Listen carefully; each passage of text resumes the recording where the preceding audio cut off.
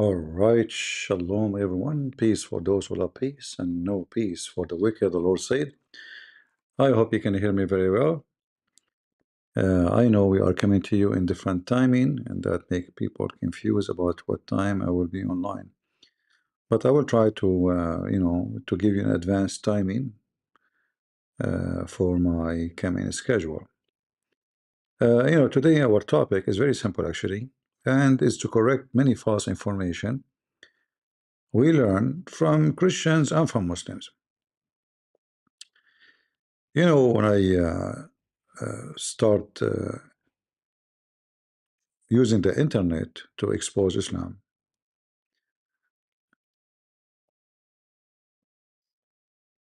you notice right away that people, they have a lot of garbage about Islam, and even churches, they are teaching garbage about Islam.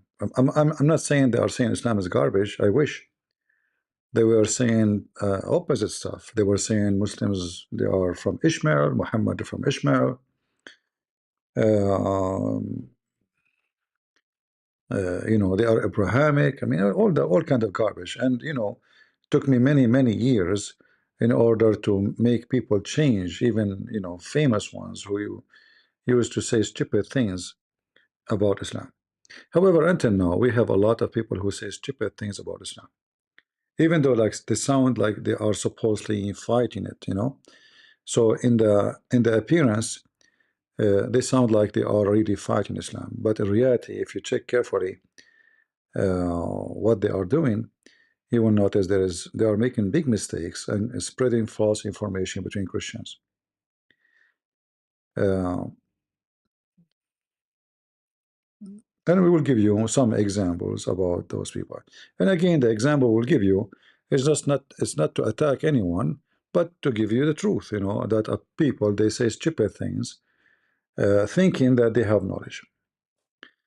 Uh, I will start with this example. Actually, I chose today this example starting with Dawood, because today actually I made a video about a guy, AP. He was making a video. I thought he meant the title. It turned to be he is making mockery of the guy, which is very shameful way, by the way. But we will go for that later. So those who they claim to have knowledge about Islam, they are the biggest poo-poo makers when it's come to Islam. I'm going to ask him to come up right now because he's an expert in Islam. And I want him to tell you, come on up. This is Dr. David Wood, ladies and gentlemen. We will go from the beginning. You know what Islam means? It means submission. Now, it just so happens a friend of mine is here in the audience, and I'm going to ask him to come up right now because he's an expert in Islam. Guys, do you know what Islam mean? I don't know if his voice is coming good for you. He said Islam means submission. Where he learned this poo-poo from? From David Wood. Let me play it again for you, because the sound was not good maybe. This is a big church, and they are teaching Christians garbage. You know what Islam means? It means submission. It just so happens a friend of mine is here in the audience, and I'm going to ask him to come up right now because he's an expert. Just to show you how stupid this statement is. Because if Islam means submission, so what the problem? Isn't all the Bible command you to submit to God? Do those people even know the Bible? Like you can notice, like when he is saying, I mean, he have a dark behind him, the lighting on him. Do you know what Islam mean? Like, do you know? Oh, what? So supposed to now he's scaring the hell of you. Islam is bad. Okay, what Islam mean? Islam means submission. How this guy, he claimed to be a Christian minister, and he do not know that the whole Bible command you to submit to God? Isn't it this is your Bible? Who is the one who says, if you love me, you obey me? Submitting is about obedience. Nothing wrong with that. So this potato, Dawood, I told him 1,000 million times, stop using the word submission. And now everyone who listens to his videos, he copy paste because those people have no brain. They are copy paste. The same as before they used to teach that Muhammad is from Ishmael.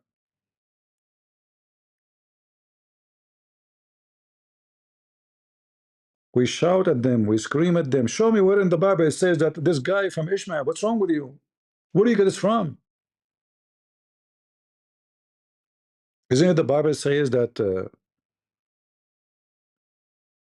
Hajar, the mother of Ishmael, she took him, she married him to an Egyptian woman?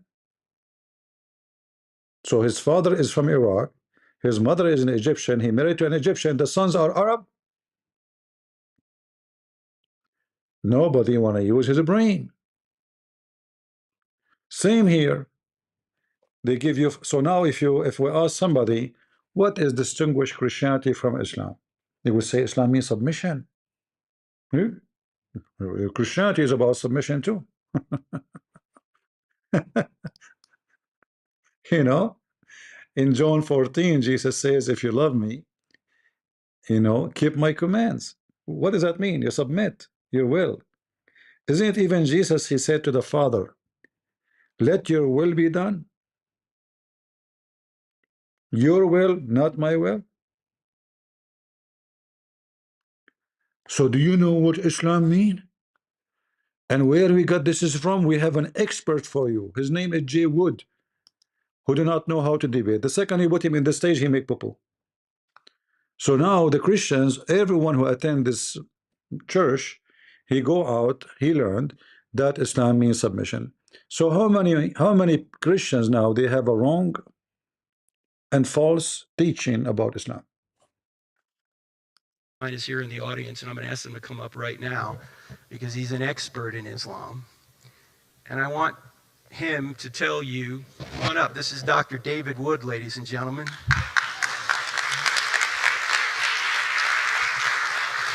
Come on up, David. I want Dr. Wood to come up. David has his PhD from Fordham University, and he has debated many Muslims. He's helped bring many Muslims to Christ, including Nabil Qureshi and Ridvan Adamir and others. And David is behind one of the best arguments to show that the Quran cannot be true. So he's going to take about 10 minutes and tell you about it. Go ahead, sir. All right. How many of you have heard of this argument called the Islamic dilemma? You see, they would, if he is decent, he will say to him, no, I'm not behind this. I mean, everybody, all the Christians, especially the Arab Christians, they knew this from the first century, first years of Islam. In fact, we have documented debate between a minister, a Christian minister for the caliphate. We are talking about 13 centuries ago, and he is mentioning those issues. So this is how fake they are. They go and say he is this guy behind this argument. This argument we was using it before this guy when he was in jail. I heard it from my parents, not from me. My parents, they heard from their parents. Anyone who knows how to read Arabic, he knew this garbage. So again, they give you a wrong presentation to make you believe that we got you. It's a short time. We got you the guy who is an expert. And actually, I'm saying this because I got really upset from what I saw today in their channel, making mockery of a Christian guy for no reason, claiming that they are learning from him, or this guy learning from him.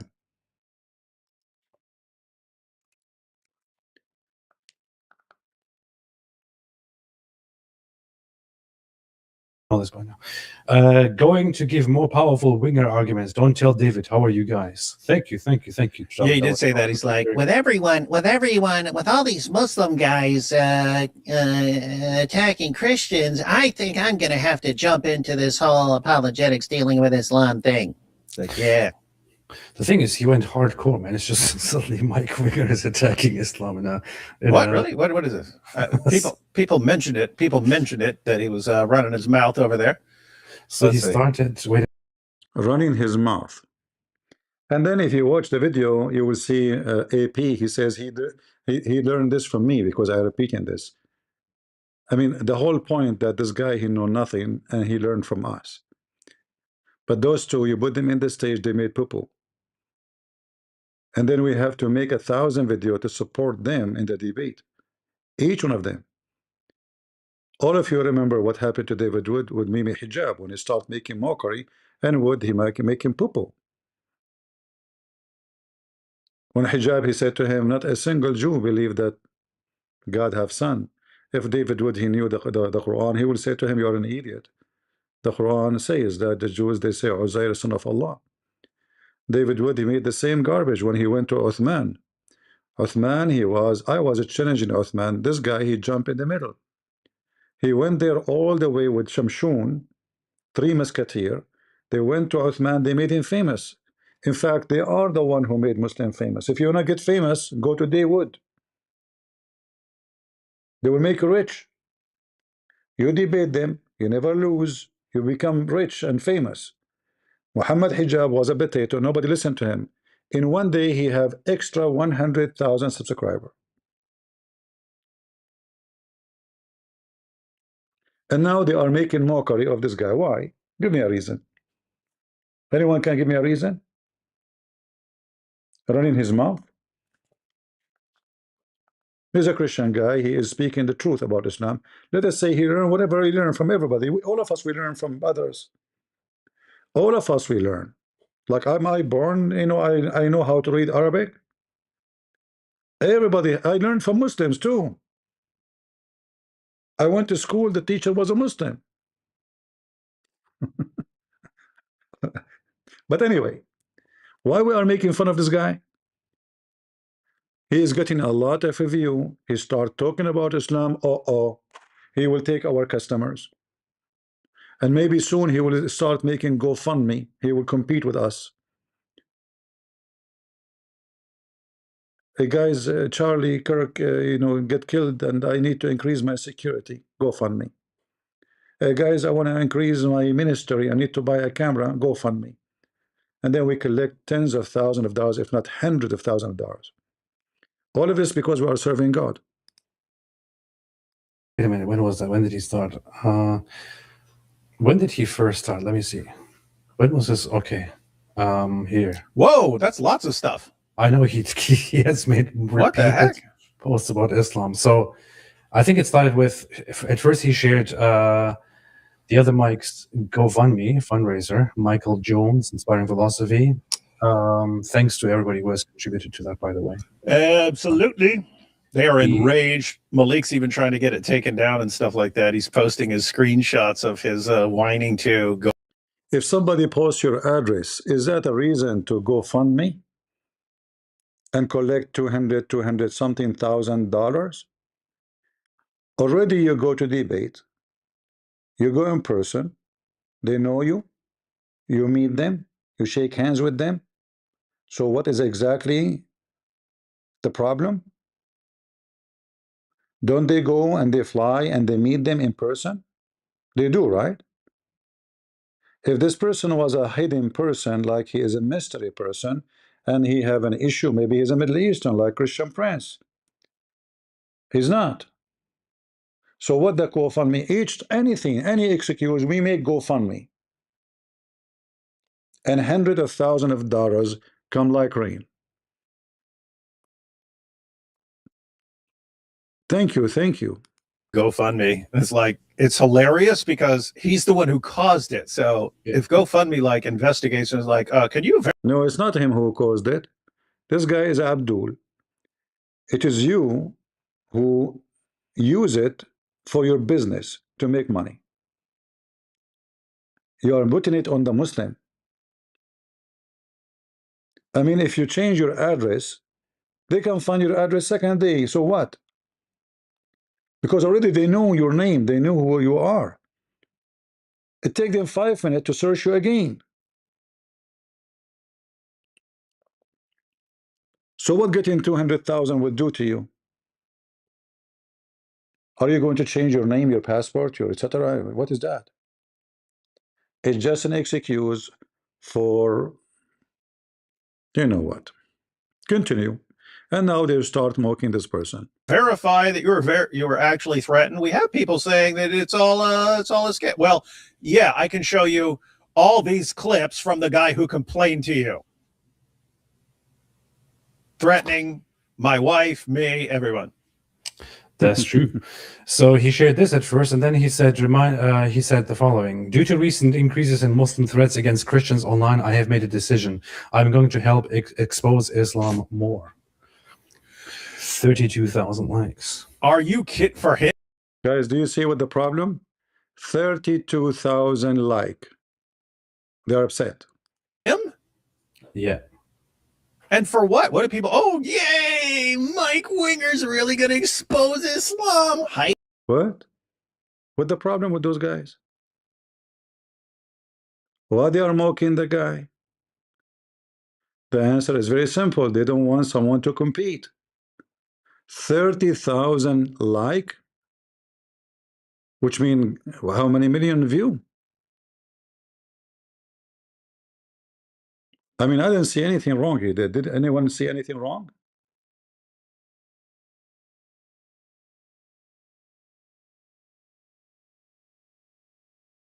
Ho, everyone. Here's my new video about Islam. The Wingalings are attacking Islam. Wingalings! The Wingalings! Islam will never recover from the Wingalings! Where's my Wingalings shirt, man? I gotta find my Wingalings shirt. Wingalings. Muhammad had sex with a 9-year-old girl. Muhammad saw his adopted son's wife. Where'd you hear that, Mike Winger? So he made them get to. Hey, no, Winger, where do you get this from David Wood? Because nobody knows it except David Wood. Hey, Winger, we get it from. Do you see the point? They are jealous. This is wickedness. This is not a Christian behavior. They are bullying the guy, even though, by the way, even he mentioned David Wood in a nice way. He did not say anything wrong. He did not attack them. I criticize those people always. This guy, he never did. Why they are bullying him? Because simply they are afraid somebody will compete. This guy is famous. I never heard of him, by the way, but when I check his channel, obviously he have a big audience. For me, I never heard of him. But this is not. Even he is posting like, you know, the GoFundMe for this guy, you know, inspiring Christianity. He's a nice guy. He's not speaking bad about them. He is not doing anything wrong. He is not bullying them. Yet they are making fun of him. And then in the video, you will see they keep saying that he copied that from us. I just heard David Wood saying, where do you learn this from? Nobody knows that Muhammad he married Aisha until David Wood came to the image. Like, who knows that? Anyone knows that? Nobody.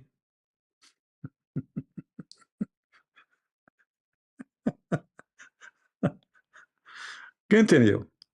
Divorce so he could add her to his harem of women. And after people complained that he can't marry his son's ex-wife, he outlawed adoption as a rule in Islam to justify this. He said God said so. Where'd you get that information, Mike Winger? Muhammad didn't like people asking him questions after dinner, so he got a revelation that God told him to tell everyone they can't ask him questions after the dinner. It's in the Quran now. Where'd you get that verse? Where'd you get that? Where'd you learn about that, Mike Winger? Oh, could it be my video from years ago? See? Could that be my video from years ago? Where do you learn that from? This is a video of jealousy. Would you know, there is people, they spoke about this for centuries ago. I'm not going to mention my name. You're a potato. Somebody saying CP have a beef with I have no beef. I don't know those people. I never met any of them. They've never been friend. I have no idea who they are. I don't associate with them. So don't tell me about your beef stuff, you idiot.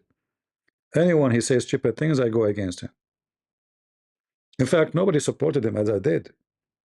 But I'm not supporting them as a person. I support them in a debate. When both of them they lose debate, I am the one who stood and defend and give them the answers. Go watch their debate. In fact, all of you, when would he have a debate with Muhammad Hijab, all of you were so disgusted and disappointed. And then they start using my videos to respond to what Muhammad Hijab did. I had to make like 20 videos about that debate. It's a fact. Same for this AP. They got intimidated so easy and they don't know what to say when they are debating Muslims. And now look, where do you get this from? From my video a couple of years. Nobody knows about Islam except him. This guy, he never heard about Islam. He cannot read. David Wood, he speak languages, you know Arabic. Both of those guys do not know Arabic. In fact, Wood, he invited this guy Jay, who speak Arabic, so he can give his show some value. It's a fact. Because none of them knows what Arabic is about. If you want to tell somebody about what this word means, like, you know, when the Quran says what is between his hands, and the translation doesn't say between his hands. Who told you that, AP? Who told you that, David Wood? Somebody speak Arabic. Forget about me, not me. But it had to be someone who speak Arabic. And now look what they are doing. They are bullying the guy for no reason. Where'd you get that verse? Where'd you get that? Where'd you learn about that, Mike Winger? Oh, could it be my video from years ago? My favorite Quran verse?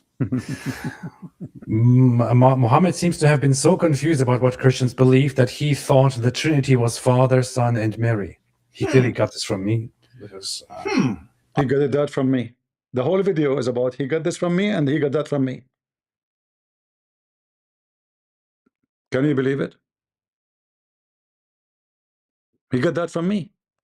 Like where this guy, he learned that Muhammad, he knew the Trinity as Mary, Jesus, Allah, from him.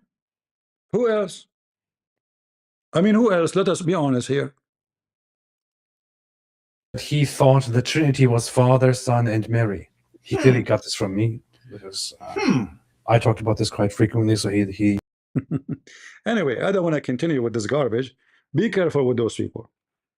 All right? They are doing business.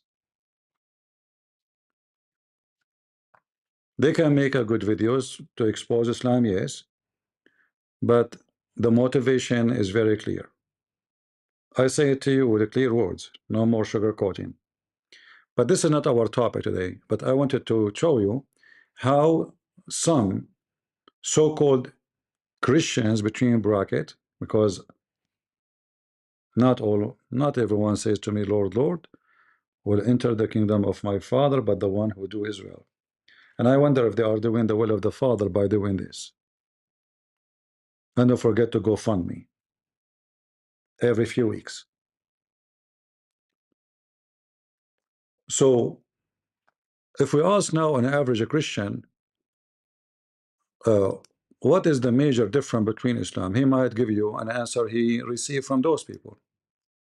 Look at this guy, he's standing like a turkey as if he's going to war. You know, it just so happens a friend of mine is here in the audience, and I'm going to ask him to come up right now because he's an expert in Islam. And I want him. You know what Islam means? It means submission. You know, it just so happens a friend of mine is here in the audience. Islam means submission. Do you know that? Very bad news. But all of Christianity is about submission. From the day number one, when God, he created Adam and Eve, he gave them command of submission to obey. He told them what is allowed, he told them what is not allowed. And if you do what God said to you, you are submitting your will to God. This is not how you teach Christians about Islam. This is a very foolish, low IQ, low intellect presentation.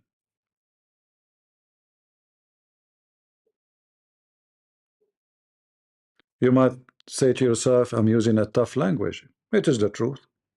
Prove me wrong. Is that fair? Are we fair if we prove me wrong? Go ahead. Show me one One thing, Christianity is not about submission. Just one.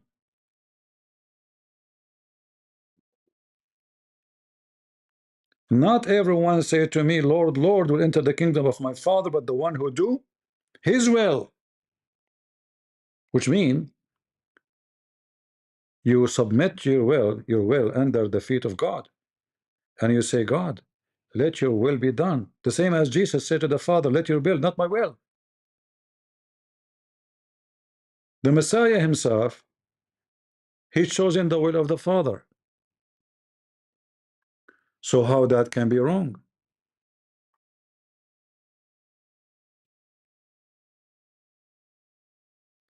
No, no, this is not a joke. It's a mockery. And AP, he make a video with funny music in the background. It's a jealousy. Give me a break. Yeah, yeah. Put in the leg. Is that how you, you say you learn it from me every 2 seconds? Did you learn that from my videos? Okay, what the whole point of this? What putting? I mean, this is silly. Putting the leg. But anyway, never, never say Islam means submission, because submission is a good thing. Submission is not a bad thing. And I tried many times to correct them, but they will not, because they are arrogant, and they will not agree that they don't know the language.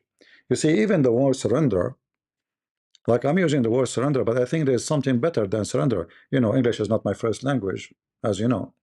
So I don't know if there's a better word to describe Islam.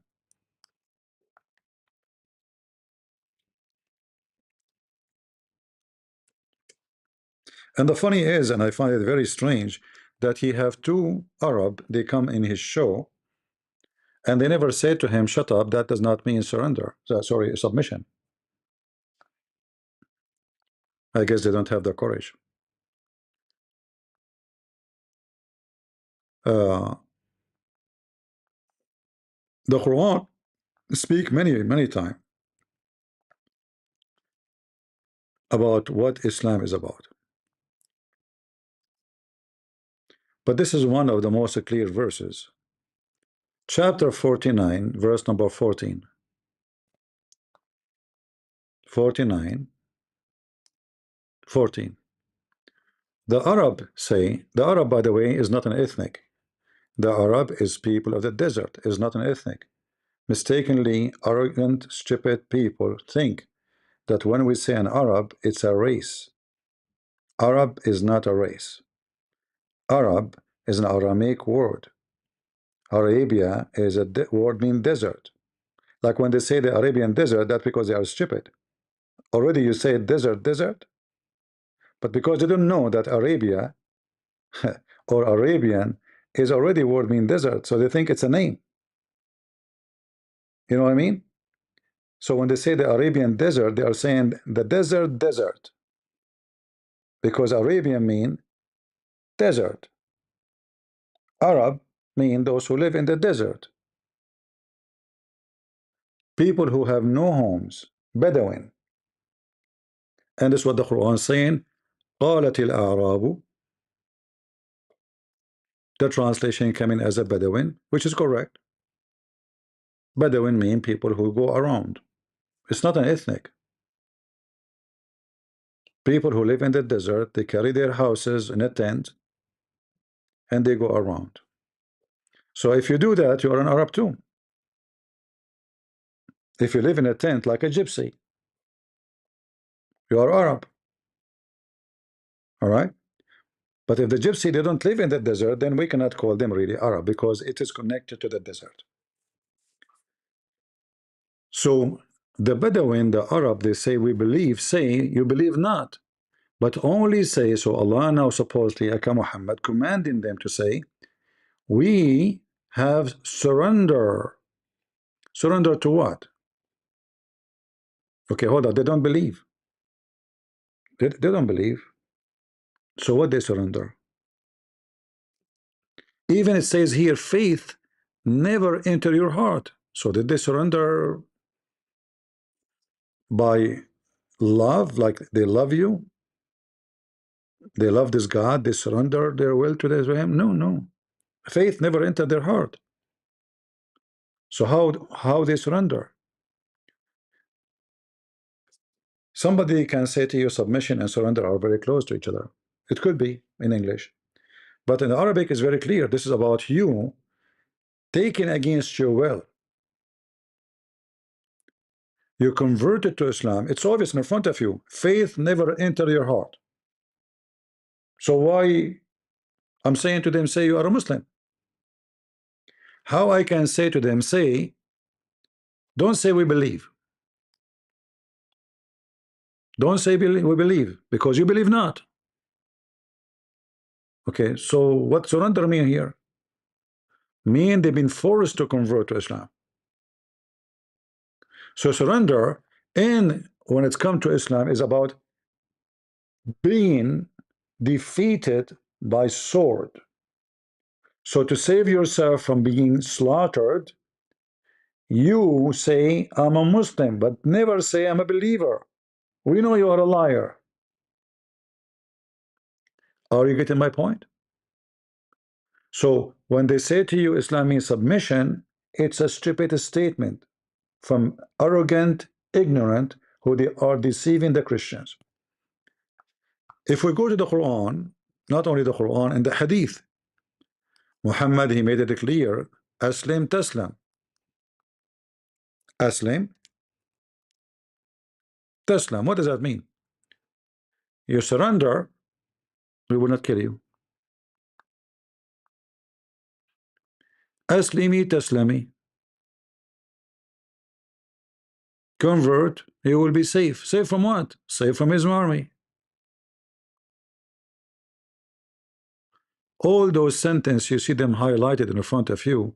It says Aslim Taslam, Aslim Taslam. Even according to the Muslims, when Muhammad he sent his messenger to the Byzantine ruler, what he said to him? Aslim Taslam.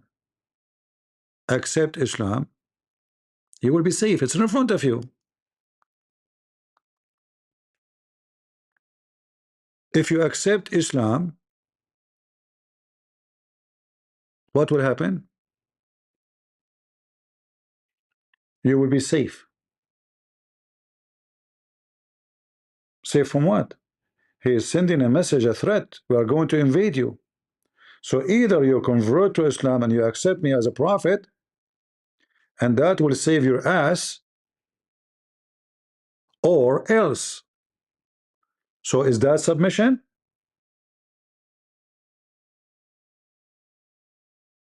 Are you with me? Is this a submission? Let us make it more clear for you. Muhammad, he made it more clear, and actually our Lord, he says, from their fruit you shall know them.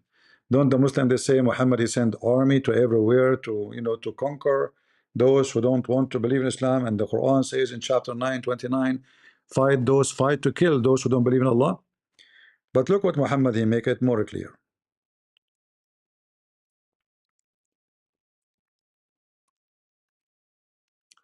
He said, I've been commanded to kill all mankind. To kill all mankind. And if they say so, until they say there's no God but Allah and there's no prophet but Muhammad, and if they say so, and they do pray our prayer, and they face our Qibla, which means direction of prayer, not only you convert to Islam, not only you, no, there's many things to follow. And if they do all those things, and then and only then, their blood is safe and secure from my hand. Do you see it? Is that what surrender is about? I mean, a submission. This is a clear statement that I've been commanded. It's not about, the Muslim, they say to you, if somebody fights you, don't you fight him? Islam justify killing non-Muslims because the second you don't accept Islam, you are fighting them. You are at war with them.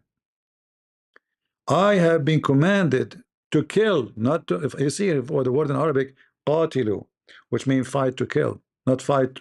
Fight by maybe because we can fight an argument, right? Like a debate which is hot. We say they are fighting over something, arguing about something. Here we are talking about army carrying swords and weapon, going after other nations to rape them, to steal their money, to rob them, etc. Until what? Until they stop fighting me? No. Until they stop invading me? No. Until they testify that there's none have the right to be worshipped but Allah, and Muhammad is his messenger. Muhammad, very important, right? And offer the prayer perfectly and give all the obligatory charity to pay Muhammad, and they perform that way. They save their life and their property from me, except by Islamic laws. So if you give him the zakat, still you have to pay Muhammad money. If you say the shahada, if you pray as he pray, if you obey him, let us say you obey him 100%, then your life, your property, your women, your children are safe. Is that what submission is about? So they are giving you false information. So what is really distinguish Islam from Christianity? None of this. Still, we did not go to the topic. We are just showing you the mistakes the Christians they go for when they speak about Islam, because they learn when somebody became famous, known, they think because you are famous, you know. Well, let me tell you something. Oprah is very famous and very dummy too. Go to listen to Obama, see what he say about the Bible. Listen to Trump, he's very famous, idiot. He praised even Taliban, Trump. He says, who can fight Taliban? I mean, this is the most dummy person ever. Famous doesn't make you knowledgeable. Famous is you. You get, let us say, lucky in this social media. Something pushed you to be in the front, and the second you are like, it's like when somebody there's a tsunami or a wave put you in the front of the wave. People they forget about all the rocks and all the trees in the back, but the first one everyone see it because this is the beginning of tsunami, let's say. So somebody is pushed, and then he became famous, and then he think he knows, and then those who think he knows, they think he knows because he is famous.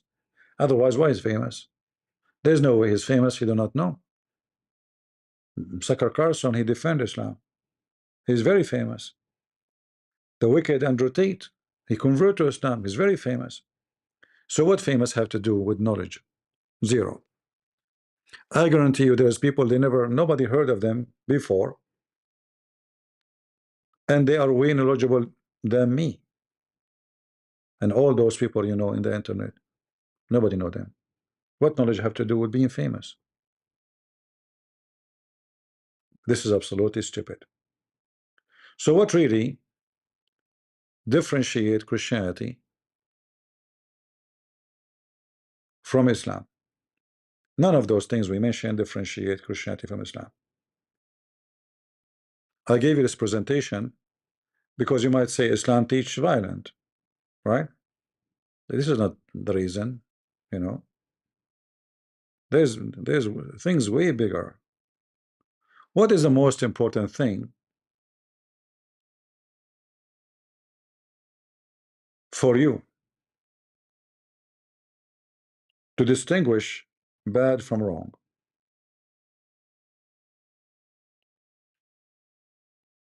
Can somebody tell me what is the most important thing which distinguish bad from right, sorry, wrong from right?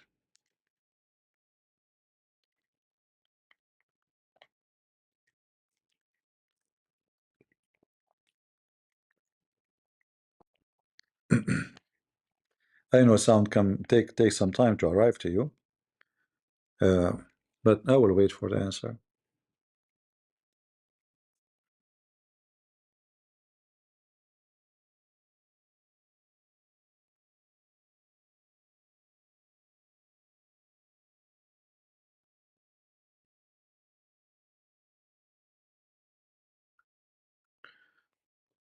Love is the foundation of the world. All right. Morals, love, truth,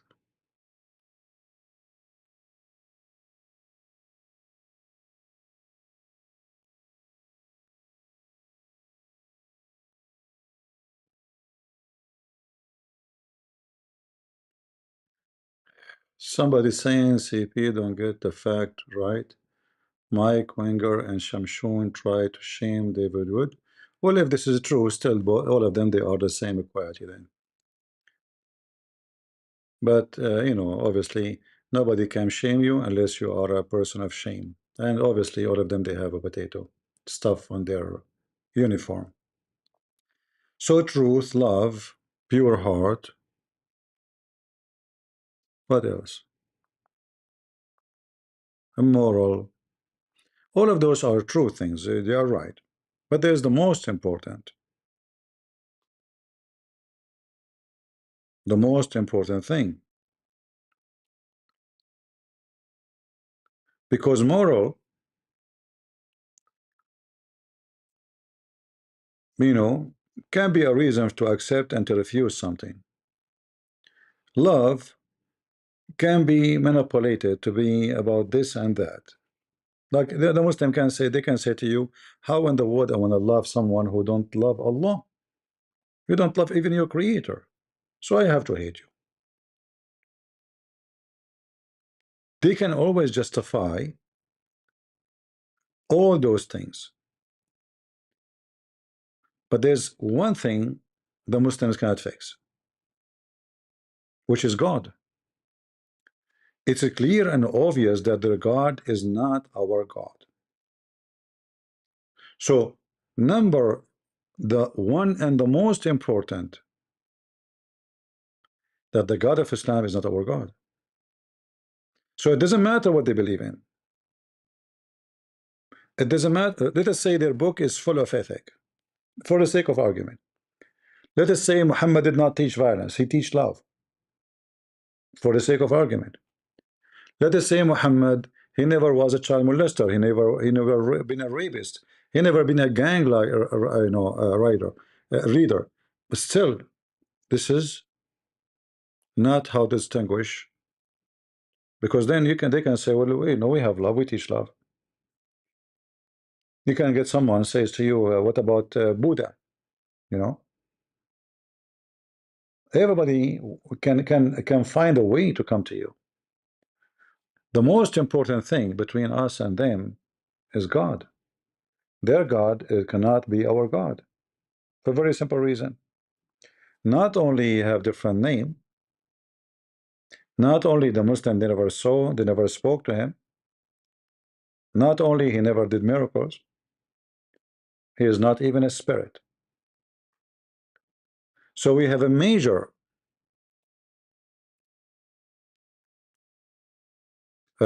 differences. Nothing and no one can fix it. If the Muslim they rewrite their book,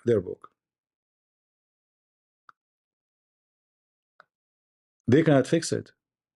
If they change the Quran and made the Quran about love, that will not work still. They cannot fix it.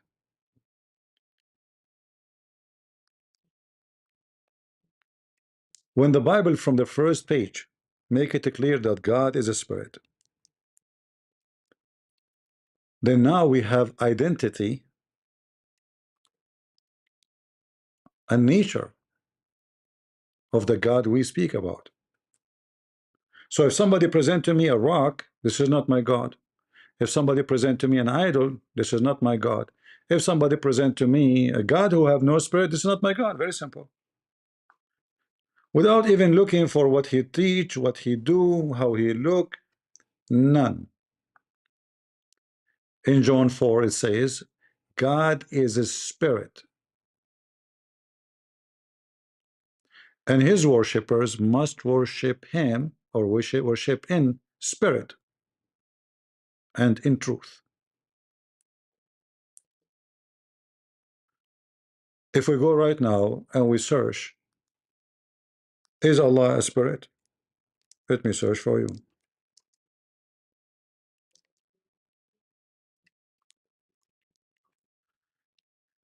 You will see that all the Muslims agree that Allah is not a spirit. And if Allah is not a spirit, then Islam cannot be spiritual, correct? Because you know, what does spirit mean? Like, I have a spirit, God is a spirit. This spirit have a special way to communicate. It's not physical thing, right? It's like, like you receive a phone call, right?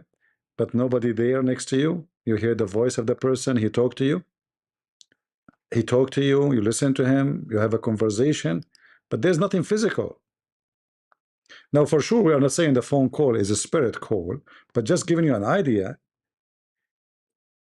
how a spirit is a high, let us say, a performance of God and high nature quality of God, which is destroy logic of nature. Because simply, in order to talk to you, I have to be in front of you physically, and then you can hear me. But in the spirit, that is not necessary. A spirit can communicate without physical existence. So here you see the Muslim, they say that Allah for sure is not a spirit. Spirit is a creation. Allah is not spirit. So the Muslim, they understand the spirit that it is something created. That because simply Islam is stupid cult.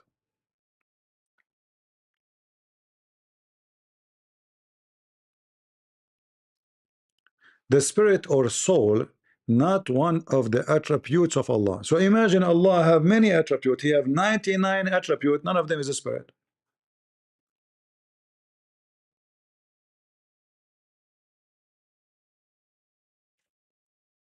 Right?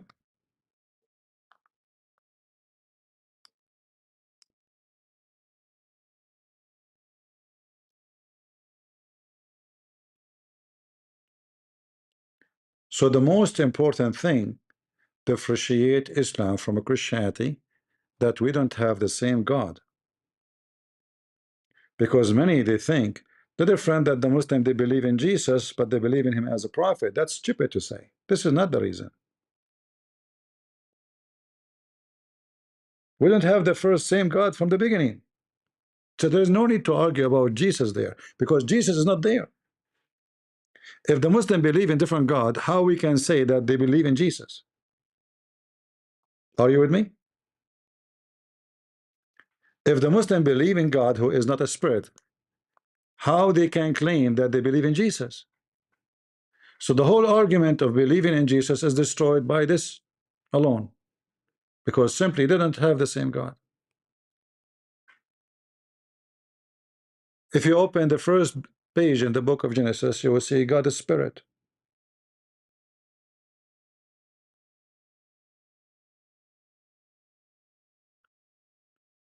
The spirit of God is always mentioned in the Bible, and anyone who deny that God is a spirit, he is no Christian, right? Even the Bible says that Jesus was, even when he crucified, he was alive by the spirit. So the body was dead, but he was alive by the spirit, because spirit don't die. All right. In the book of Isaiah, this is not the New Testament only, like saying that God is a spirit. You will find that in the Old Testament all over. In the book of Isaiah, mentioned many times, uh, uh, uh, mentioned this, that God is a spirit of justice.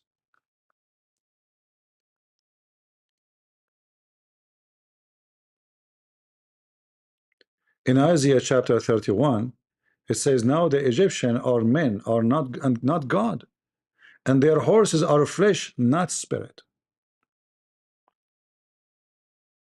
So nothing godly about them, nothing godly about their God, because simply they are in spirit. So the first identification for what is belong to God and what does not, that God himself is a spirit. Now this is spirit is a spirit of good, because there's spirit, there's evil, there's demon. So when we speak about God as a spirit, we are talking about a unique spirit, which is the creator spirit, not just a spirit. All right, this is spirit is unique, is above every other spirit, for all spirit created by this spirit, which we call God.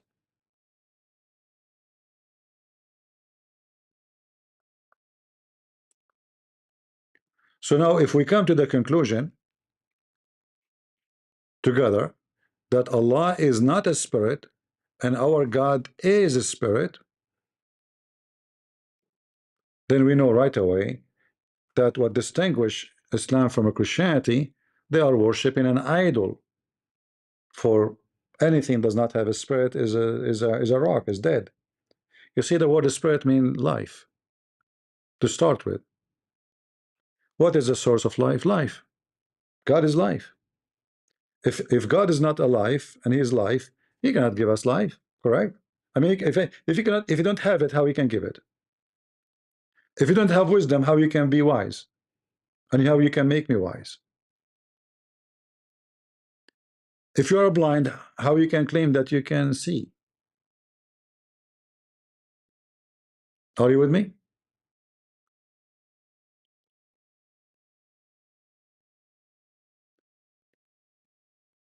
And as you see, the Muslim confirmed that Allah is not a spirit. He have 99 attributes. One of them is the arrogant. Look how stupid it is.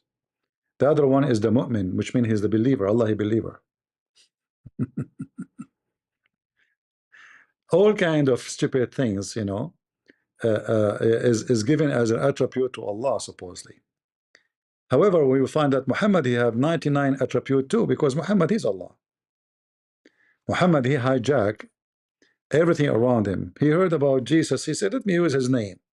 He heard about Mary. I will say Mary is a virgin, so the Christian will agree with me.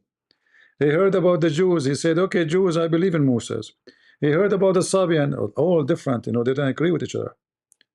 Muhammad is like you know, a scammer. Everybody is a friend. He never say no to anybody. As long you accept me. Say, you know, accept me, you are going to go to heaven.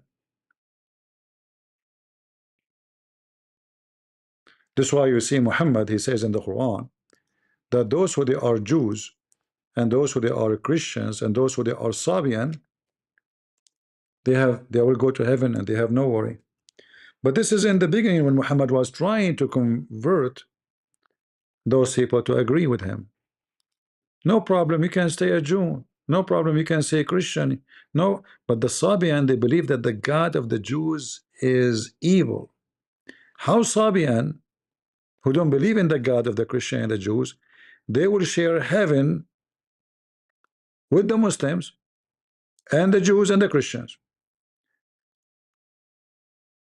The Muslims have different God. The Jews, they believe in God the Father, not the Son. The Christian believe in God the Father, the Son. The Jews, the Sabian, they don't believe in God the Father, neither the Son, neither Moses. In fact, they believe Moses is the enemy of their God. They believe that Adonai is the most evil creature because he killed their Sabian king, which is the Pharaoh. Because the Sabian, they believe that the Egyptian Pharaoh was a Sabian. So he's their enemy. Not the king himself. Moses is their enemy. In fact, in their books, they teach that Abraham is evil and his God is evil. Why? His God, he commanded him to do circumcision. Circumcision is an act of evil according to Sabian. So how those all they will join in the same heaven? when they have totally different gods and they have different belief?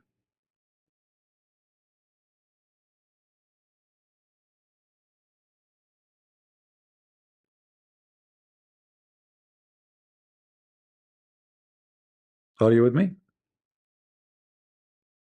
Here you see Muhammad is starting a corporation, like buy my stocks, grifter.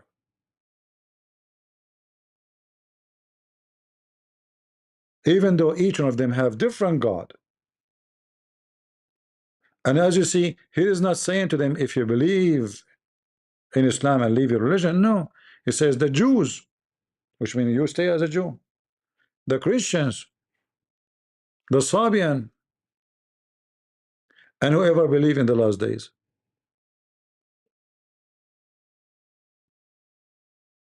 Right?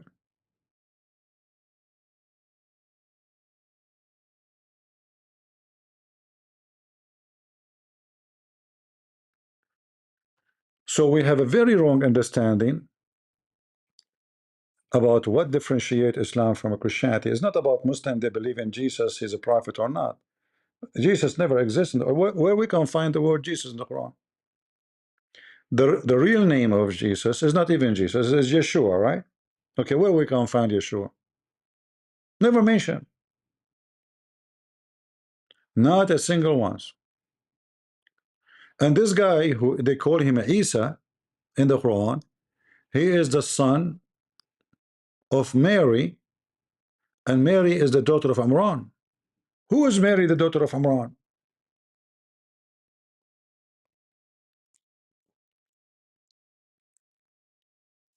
Imran is the father of Moses. In Hebrew is Umram. According to Muhammad, because he's hijacking, you see, Muhammad, because he lived with the Jews for a long period, not with the Christians. He adopted a lot of things from the Jews. And because he's stupid, the Jews, they speak about Maryam, the sister of Aaron, the daughter of Amram. The stupid Muhammad, he's suffering from flight of thought and flight and what they call it, time traveler. So suddenly Allah, he chosen from the whole world the family. Allah, he elect Adam. You see how stupid this, how Allah he elect Adam. He chose Adam. This Adam is the first man, he cannot be chosen. Chosen is to be, there's many, I choose one. If he is the first man, he's not chosen. So Allah chose Adam, Noah, and the family of Ibrahim, and the family of Amran from all the world. Okay, hold on. So Amran is coming from where? What family? And how? What does have to do with Jesus? Because Muhammad, he think that Amran is the grandfather of Jesus.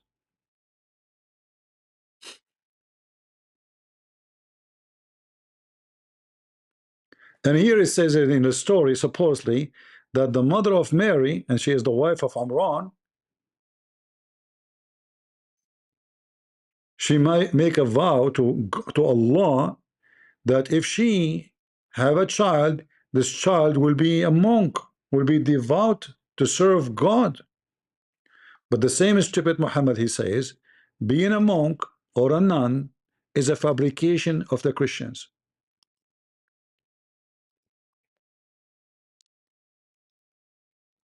You know, when they say to you the dilemma in the Quran and they mention that this is about confirming the Bible, this is a stupid argument too.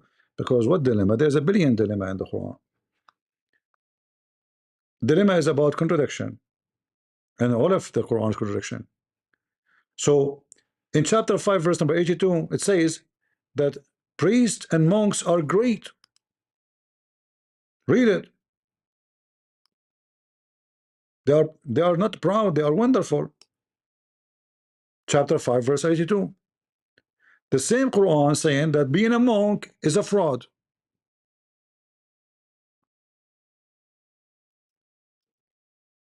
Chapter 57 verse number 27.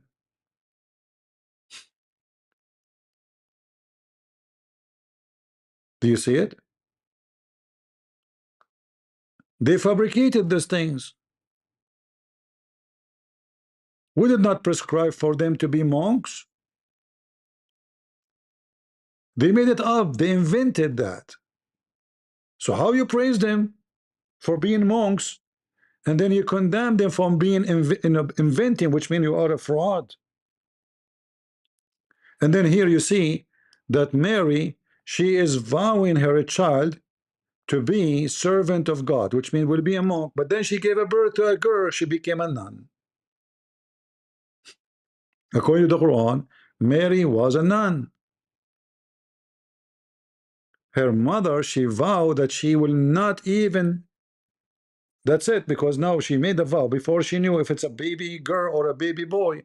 So when she gave birth to Mary, Mary, she is isolated. She see no man. She see nobody. She see no human. She don't even see her mother. She see only the priest Zechariah. She is jailed nun. She is inside her room, spending her life there. No man can see her.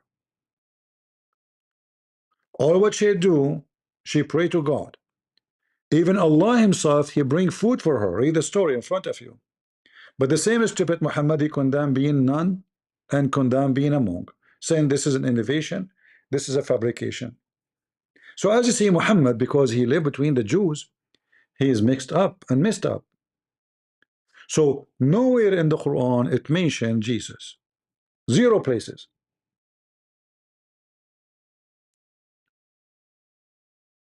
For this is the grandson of the father of Moses. This is the nephew of Moses. Muhammad, because he is an idiot as usual, he heard the Jews saying that there is a woman, her name is Maryam. She is the sister of Aaron. In fact, you know the verses in the Bible say it clearly the same as as Muhammad, he mentioned it in the Quran. You know, he's copying exactly what he heard from the Jews, that okay, Maryam is the sister of Aaron, the sister of Moses. He copied it, he put it there.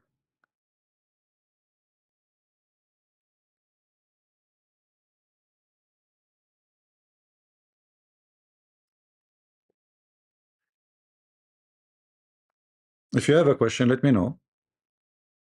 You know, so Maryam, the sister of the sister of Aaron, mentioned in the Old Testament many times in the book of Exodus and many places, you know, and it says clearly that Maryam and the sister of Aaron, Muhammad, he copied it exactly as it is.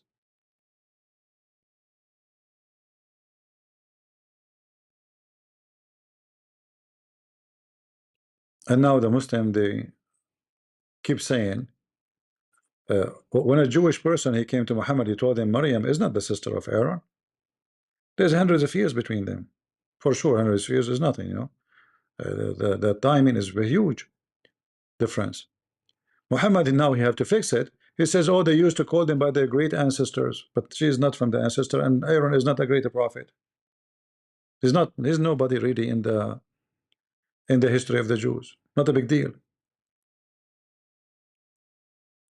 If you go to Exodus 15, it says, then Miriam, the prophets, the sister of Aaron. Maryam, the prophet, the sister of Aaron. Muhammad, he copied it, he put it in the Quran. He heard the Jews saying Maryam is the sister of Aaron. You notice here that Muhammad, he did not say Maryam, the sister of Moses.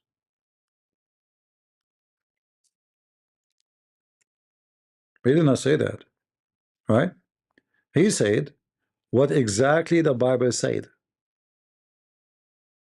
And he pronounced Maryam exactly as the Old Testament recited. Maryam. the sister of Aaron. We go to the Quran, it says exactly the same.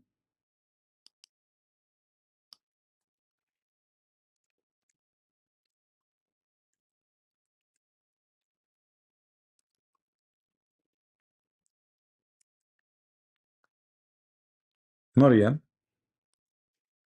not Mary, Maryam, the sister of Aaron.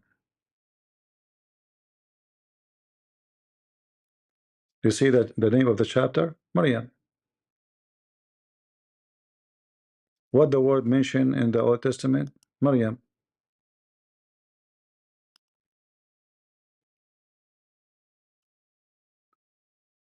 So what distinguishes Islam from a Christianity, that we share nothing with them. We don't share God. We don't have the same heaven. Their heaven is about effing. Their heaven is about gold and silver and boys. Their heaven is about white, KKK, white only people. Our heaven is totally different. Our God is totally different.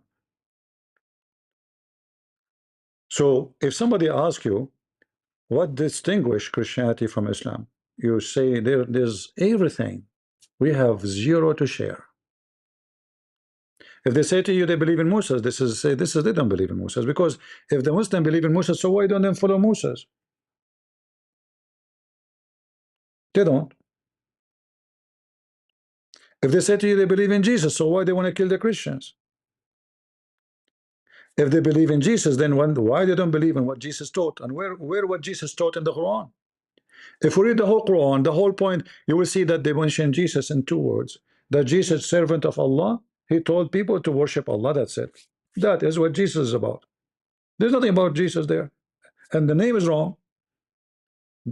The father is wrong. The grandfather is wrong.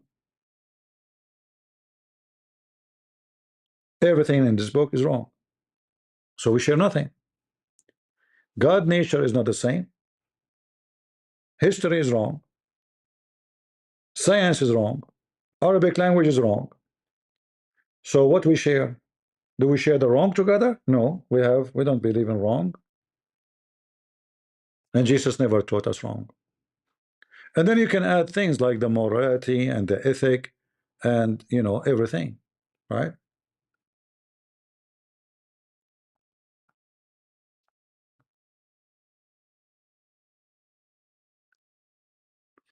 Somebody saying, I cannot believe, let me show you. Give me a second.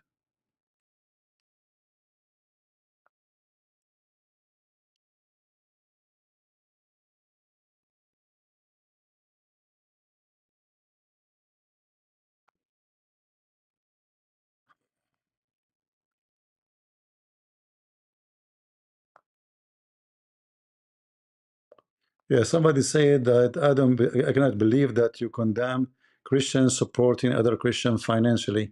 You can support them. Don't you give super chat? Don't they have Patreon? Why every few weeks they have a GoFundMe and the excuse is funny and laughable? This is not finance support. This is a grifting.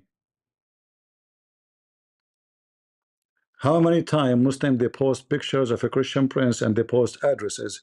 When the last time I ask you to go fund me and give me hundreds of thousands of dollars?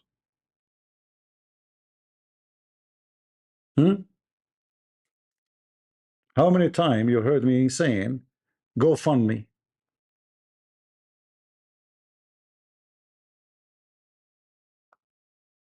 Those people, they go in person, the Muslims, they see them, they shake their hands with them. If they are at risk, they will be dead long time ago. Is that correct? If you go in person and you debate the Muslims in person, you fly even to their own town, and then you claim that they know your address and you are at risk, and go fund me. Can be acceptable if you are unknown. Nobody know you. Nobody saw you. Uh-oh, now they found me. Are you with me, guys? If you go and you meet them and you shake hands with them and you give them a hug, and then you claim that the Muslim, they found my address. Well, if you are scared from the Muslims, then why you go and meet them? Why you fly to them? I criticize as I wish. You don't like it? Don't come here. I criticize people who take advantage of the good-hearted Christians. You don't go and meet with Muslims, shake hands with Muslims. They go to Uthman. They hug him. Watch the video. Hugs, hugs. You know hugs? When they make a video about Uthman, you would think those people are enemies. They see Uthman, they hug him. And then go fund me. I mean, who is stupid here? If you are worried about your security, then you will not go and meet them. You fly to their towns. Not only you meet them, you go to their mosque. Is that true, guys? Is it true that they go in the front of the mosque full of Muslims? Or I'm lying?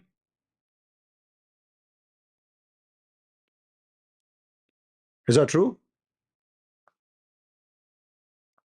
So how you are afraid of them? And then you go in the front of the mosque, there's like 400 Muslims inside. And then oh, they post my address. They do not need your address. They see you all the time. It's an excuse to make money from the Christians.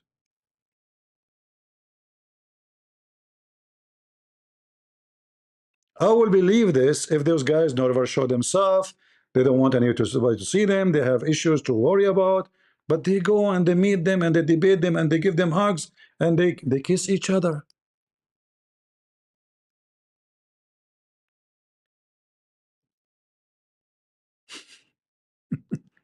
Anyway, you don't have to agree with me. But I believe that many of those people who they are on the internet claiming to be Christian apologetic, they are doing business. Pure business. Have nothing to do with God.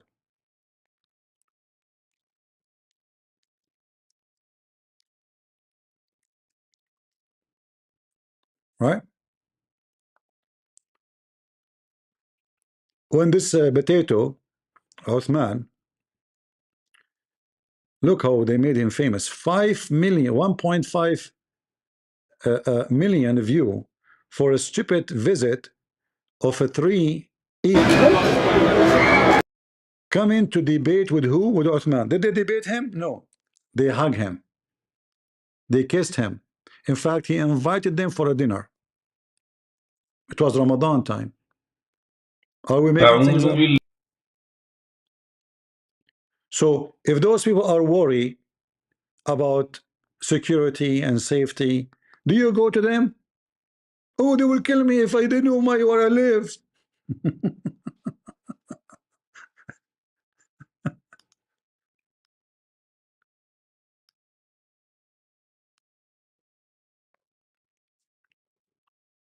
What is the word language in our English? Gullible? Gullible? Are you the gullible?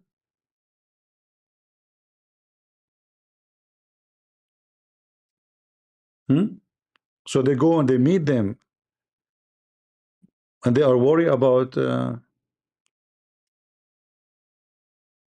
anyway, you have your opinion about them. I have my opinion about them.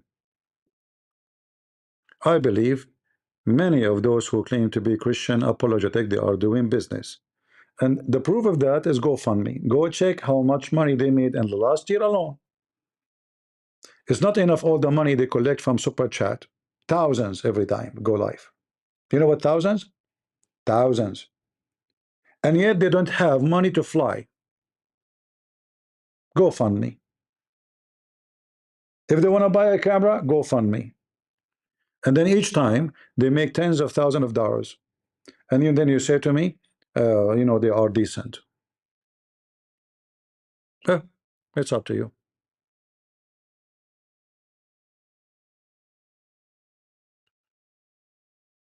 I say things as it is. If those people are worried about their security and their safety, they will never even talk about Islam. They will never go in person. For me, I don't go in person because I am a hot-blooded. I might go to a fight. I don't want to go into jail. A Muslim, he touched me, I will not let it go. I know myself. I'm afraid of nobody, and I don't like to be celebrity. I don't like to be in the camera. I like to be nobody. People post pictures saying this is me, posting addresses saying this is me.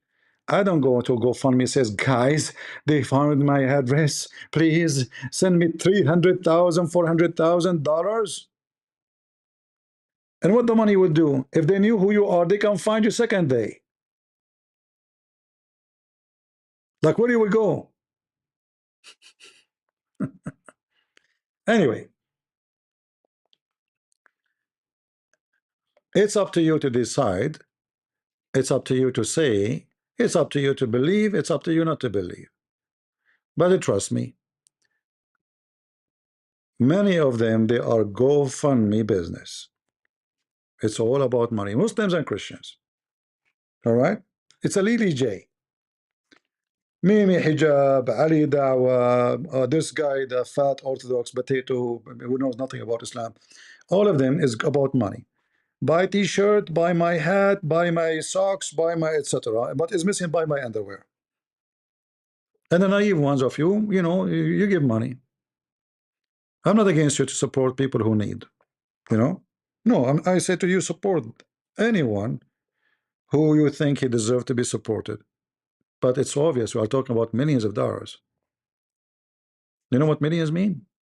Millions. You yourself, you dream to have such a support. If any of you right now get cancer and you make a post, how many of those people will support you? None. Do you know why? Because people, they worship celebrity. If any of you, and you are a good Christian, you are here, we like, you know, you support, you are a believer, you are wonderful, and then you say, guys, I'm going through. Who's going to support you? They support the famous, not because they deserve it, just because they are famous. Is that right?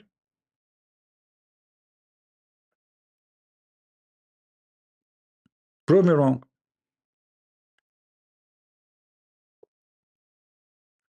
And always, and sometimes they make it emotional, you know, to make you like feel for them, cry for them.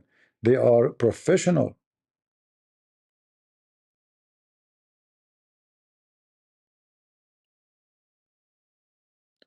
It is about worshiping celebrity. This is why you support only celebrity. The more famous they are, the more you support them. You know that those people, they made it from super chat, thousand. Go check every time they go live how many thousand they make in every day. Why they need super? Why they need GoFundMe? You tell me. It's just a question. The super chat is coming like rain. You know what rain? Hundreds of dollars. By the end of the day, maybe they will make at least every day 3,000, 4,000, 5,000. Why they need GoFundMe? Guys, they really threaten their family. They threaten me every day. So what if they threaten your family? What GoFundMe can do to you? Already you have the money. You tell me, if somebody threat your family, if I give you $200,000, what that will do?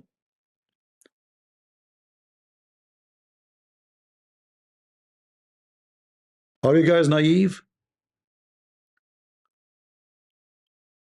I get a threatened to be killed, my family to be killed, to be tortured every day. I'm a Middle Eastern, I'm an Arab. They hate me way more than those potatoes. How many times I told you go fund me? And if you give me $1 million, what I would do with it? How that will save me? You move, second day they will find where you live. All what they need to do is somebody work in Amazon, somebody work in Google, somebody work in the post office. They will know where you are. So if you give me money, what do you do? Okay, you would move, they will find you again. What the money would do? Same time they have the money. So why you accept Super Chat and why you have Patreon? Go by GoFundMe only. Why multi-source of income? Crazy income.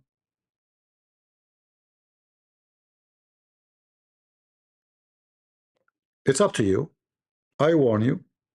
If you are a fool, you are a fool. None of my business. But you give me money, that will not enhance my security. If you say I want to donate to you, I like you to have a good life. Thank you. But if I use you, fooling you, saying to you because of my security, I'm lying to you. Because I go and meet them in person.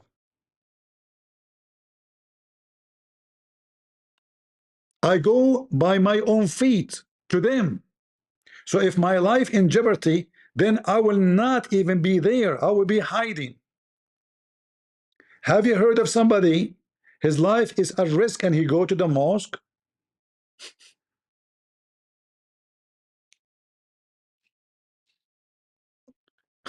I never heard of such a thing. Trust me, if they want them dead, they will be dead. Here we go. They are in front of them. If they want to kill them, they will be killed. So what the GoFundMe would do? They post a picture of his wife. So his wife, she posts her pictures in Facebook by herself. If you don't want anyone to know you, why you post your own pictures? If you don't want anyone to have your picture, it's not like somebody hack you. You go to Facebook, you go to Twitter, and you post your picture.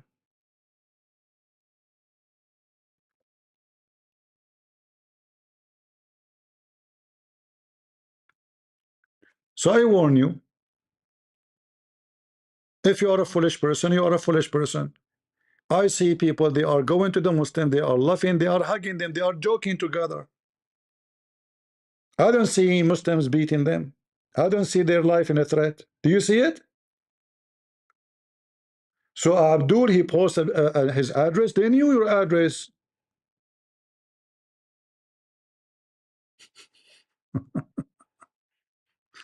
All right. I say it clearly. The picture, who cares if they're from the past or from the future, my friend? This is not the topic. The topic is, as long you are known, you are known. Asking for money, that is not the way to be unknown anymore. It's too late. The second they know you, they know you. It doesn't matter. You move your address, they will find you. If you have any Abdul who work in the post office, he can get your address in 2 seconds. Even if you change your address 1,000 times.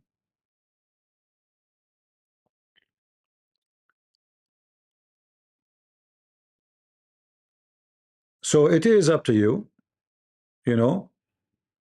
And I say my words. What I can do. If my life at risk, what you will do to me? How your $200,000 can save me? Move? I do not need 200,000 to move to different location. Already, if he is renting, he just change the location. They take a U-Haul and move. Already they are making income from Super Chat. Nothing changed. Their work is online. This is their full-time job. So nothing changed. Move to different address. I will make any excuse to make money.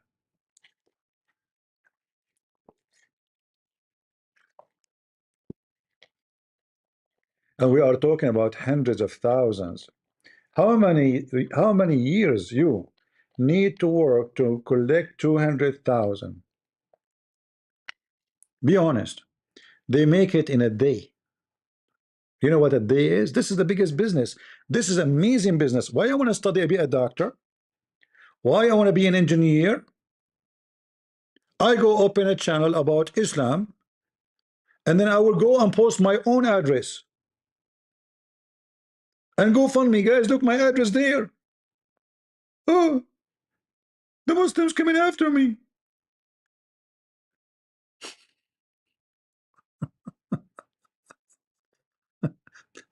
And then I go to the Muslims and I hug them.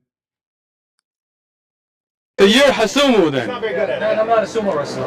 You're not Hasumu? No, no. That's, What's your name? my name is Osamu Shimon. Hasamu? Yes, sir, that's right. Yeah. Okay, so I just want to get to know who you are, bro. Why you hey, go ahead. Calm down, yeah. Bye. I just asked him. I know, but you were acting like somebody was getting up at you. I think. Oh, no. Good conversation. Very friendly. Even there is a video they are giving hugs to each other. Anyway, I say my piece. It's up to you. If you are smart, you are smart. You are a potato, you are a potato. We go back to our topic. Anyone have a question for me? Anyone have a question? If I am afraid from Muslims, I will never go and meet them in person. If my life at risk, I will not fly to them. I fly to them. And then I say, oh, I'm afraid of them, they want to kill me. If this is true, you will not fly to them. If your life at risk. There's nobody go. He knew they will kill him. They knew they go there because they knew they are safe. But it's up to you.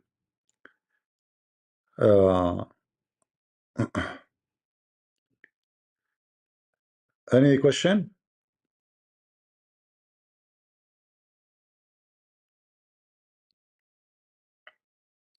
Don't let people fool you, lie to you, and use you. You don't make your money. You don't find your money in the street, do you? Do you? If you find your money in the street, and then you give it, and you know, easy come, easy go.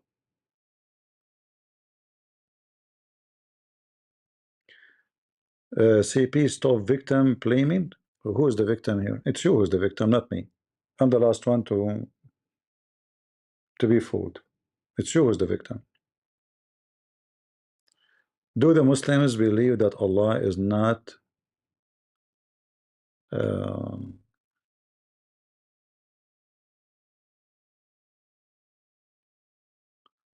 you are attacking a victim of instead of the attacker? You are stupid, my friend. What is the attacker? What is the attacker? Give me the name of the attacker. In fact, they use the name of the attacker as a way to make money. That's why every day they speak about Malik, Malik, Malik. There's a series. It's like a you know, Mexican movie. Every day Malik. For the last 3 months, 4 months, Malik. Even they make songs for Malik. Where's the attacker? When somebody hear attacker, you think people coming and shooting at you. Where's the attacker? Somebody posting an address? Attacker. And they are the victims, by the way.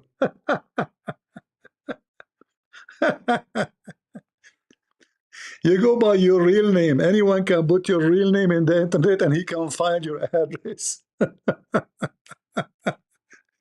You go by your face. You post your name. You say, my name is etc. And people, they see you, and then you say attacker. That's funny. Attacker, huh? I don't see anyone getting beaten. Do you see them getting beaten? Do you see anyone getting injured? You remember this woman, her name Hatun? Hatun. Did this woman say, go fund me, guys? She been attacked for real, right? She was injured. They wanted really to kill her. But she did not do GoFundMe. She deserved it. The one who deserved it, she never asked for it. Is that true? She been attacked for real. They have a plot to kill her. And the guy right now who wanted to kill her is in jail. But she never went to GoFundMe. Is that true? If Hatu, she can make it without GoFundMe, how they could not? Those are men. That woman is a woman. She's a woman. She's short. She is not even 4 foot tall. If you turn the fan, she will fly.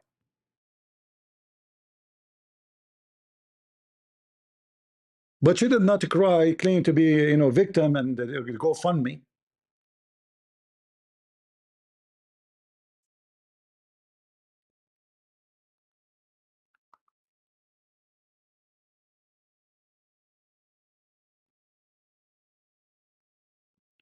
No GoFundMe, it make you worse. Because when you keep doing it, obviously you are abusing the Christians. Especially you are making a lot of money. If there's people they never have income from other things, I always say, okay, this is the only way to help them. No problem. But they have Super Chat, they have Patreon. Okay, what about we do this? What about all those who have Patreon and Super Chat? They show the income they are receiving, and let us see if they need GoFundMe. Is that fair, guys? Then we will see really if they need GoFundMe to go from place to just to move from place to place. If they need hundreds of thousands, let us all post our income online. What say you? So what this Super Chat? What this Patreon? What is? I mean, what's wrong with people?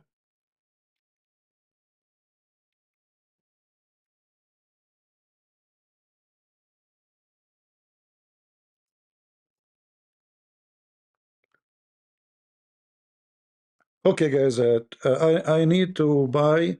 My car is old, and I think if the Muslim they chase me, I think this car is not a good speed. My life at risk. I want to buy a Ferrari. Who want to go fund me?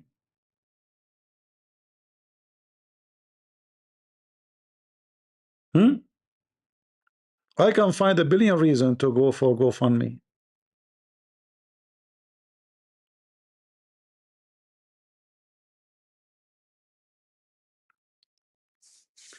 The second somebody became more famous, than then they get upset, and they are fighting over business.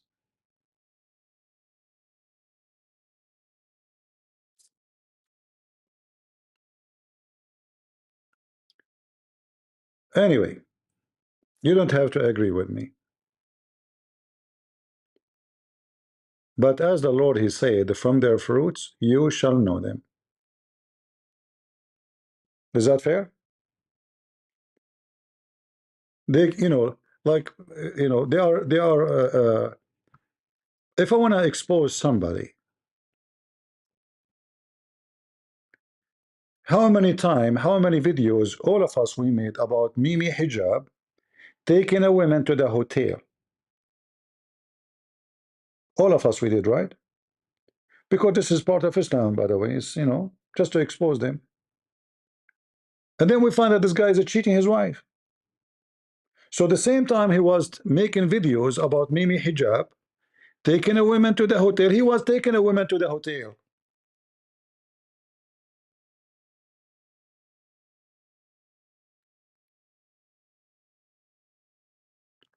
But you people are coward. You don't dare to say it. How we accept those people to teach you, and then they defend each other.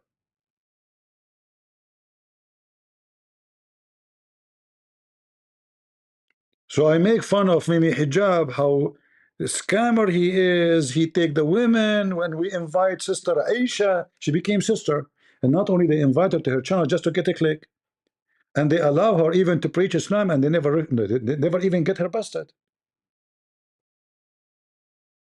just to get a click. In the same time, they were doing the same thing.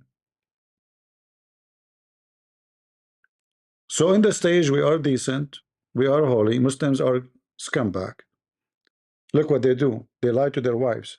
He don't tell his wife that he is married. Mimi hijab. You know, he take a woman from the back door to the hotel. And then we find that they are doing the same thing.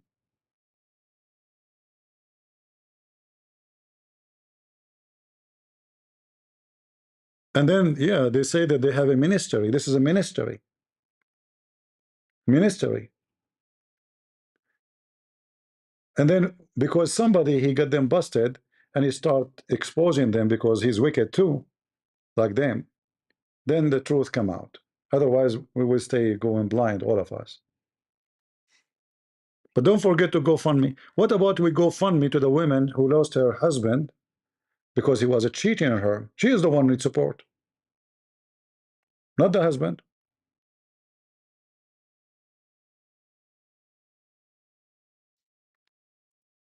Do you agree with me? Who's the one needs the GoFundMe? The women or the man? The woman who is the victim, who was cheated, or the man? You go, you give money to the one who don't need it, and you dump the one who is a victim. This is you, and I say it to you in your face. I don't care who like what I say, who don't like what I say. I'm the last one who care. If I'm a person who speak in political way, I will be in different place. Trust me.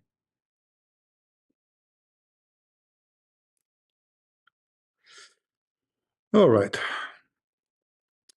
I don't agree with them using clickbait, but David Wood is not actual mocking Mike, their friend.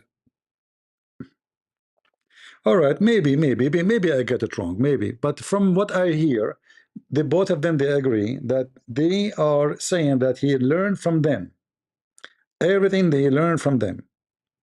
For me, the whole video doesn't make sense. There's a million things to talk about. Those are entertainment show. Do you learn anything from their videos, really? It's only Azot, Islamic dilemma, and they're the same thing. Did it teach you languages? Did it teach you a background of history? Did it teach you anything? It's a short time. All right. Jagdish, thank you very much. Anyone else? Okay, Hamzat. I hope more people support you, CP, and deserve more. Thank you very much. I'm not asking people to support me, by the way. I'm not complaining. The Lord is my provider, and God is good. God is good. My Lord, He never left me alone. Even in the most darkest time, the Lord always support me. If I am a person who, cry for money, I will never give one copy of my books for free. Most of my books translate to many languages. I give them for free. Here where I am right now, we print books and give it for free. Totally for free. I'm the only one who said to people, go and donate to those people, not to donate to me. My videos are there. Stop donating to me, give to those people. They need it more. This is not about supporting me, my friend. I don't complain. I'm happy that if the Lord is with me, who could be against me? I am sure I will never be hungry. I'm sure I never be homeless. I'm sure I will never be in need, because the Lord is my provider. Because even when I'm hungry, I am satisfied. Because trust me, I've been through a lot of harsh time. I never complain. In fact, most of my life fighting Islam, I never asked for a donation for a penny. This is new. This is new. I was speaking about Islam before those guys even they knew what Islam is about.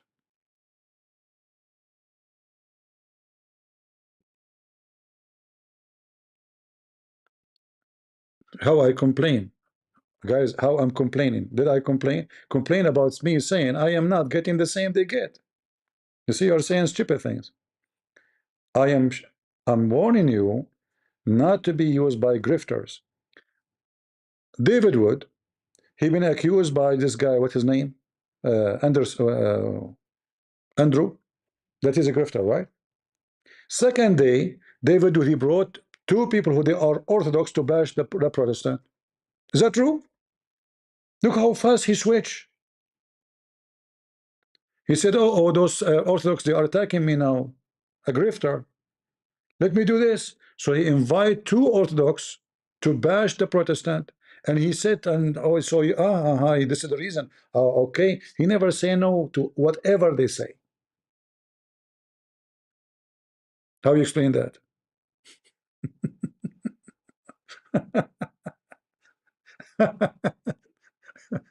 Yesterday, the Orthodox accuse you of to be a grifter. Second day, you invite Orthodox to bash the Protestant. So what happened? You changed your religion in a day? Anyway, uh, any question for me?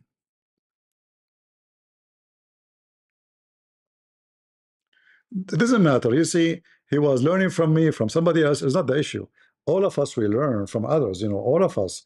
Nobody is born. He is learned, right? I learn from Muslims too. So what the problem? It's not about you learn from me, I learn from you. Learning is a blessing. If you can teach somebody something, that's a blessing to you first, because you're doing good work, right? So nobody can say everything the people knows is from me myself, because I cannot say to you everything you know is coming from me, because this is false. Secondly, me myself, I learn from somebody else.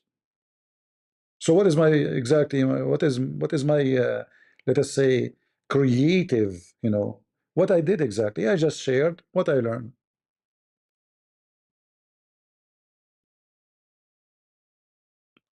And if you are a Christian, then you don't, this is a natural thing to do, is to give for free. The Lord, he says, for free you took, for free you give. For free you took. Everything you have is given to you for free. And sharing knowledge should not be charged for, right? If we take super chat away from the YouTube, how many of those people will come online? How many of them will disappear?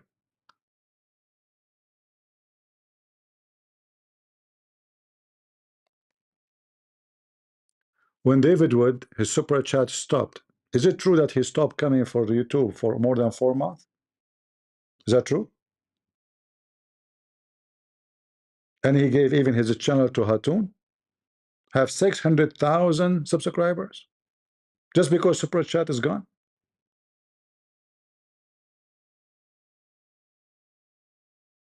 Take super chat away, they will not show up.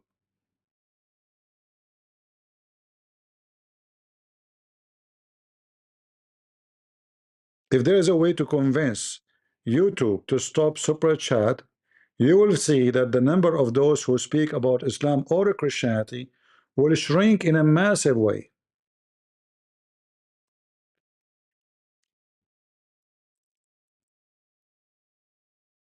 It's a fact.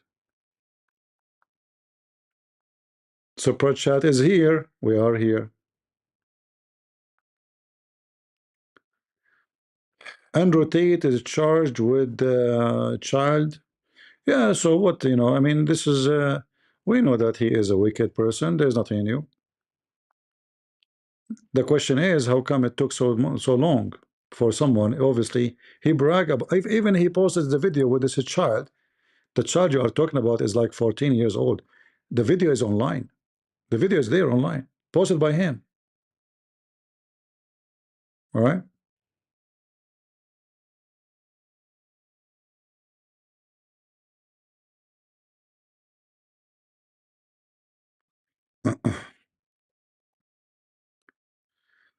Uh,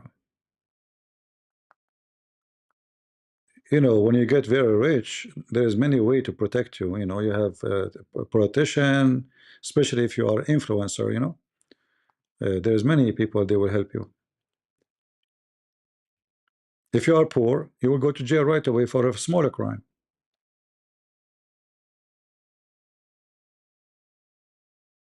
Make a small mistake, the whole world will be a hell on you. But when you have hundreds of millions of dollars and you have millions of your influencer, Trump himself will protect you. See how life is? Go fund me. What are similar between Islam and Christianity? Nothing. Nothing. We have nothing similar. If somebody will say to you, the Muslim believe in Mary, no, this is different Mary. This is Mary, the daughter of Amran. We do not know her. If they say they believe in Jesus, no, this Jesus, we do not know him. This guy is Isa. Who's Isa? We are Arab Christian. We never heard of Isa before. There's no such a name in Arabic, actually. There's no such a name in Hebrew, no such a name in Arabic, no such a name in Greek, and nobody called Jesus Isa.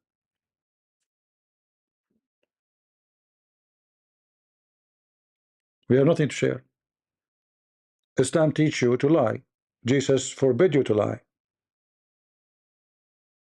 Islam teach that a virgin woman is a woman she did not get married, not a woman did not have sex.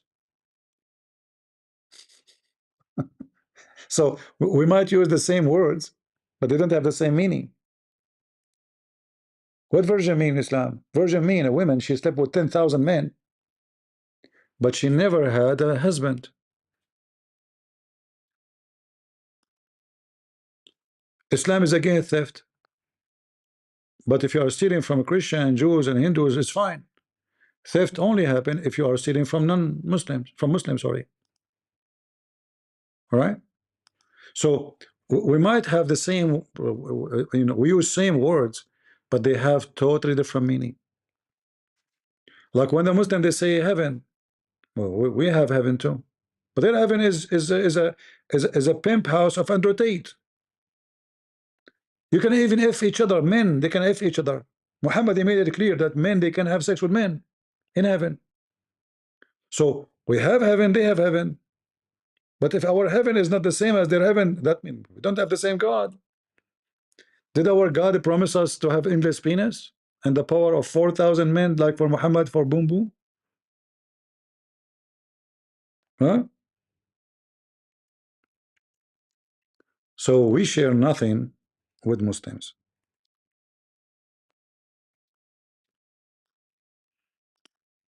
There's a Abdul, he called a Muslim Sheikh Asim, and he told him that he found that his wife, she is not a virgin. She is what? She is not a virgin. So Sheikh Asim, he told him, who told you that virgin mean does not have sex with somebody? Who said that to you?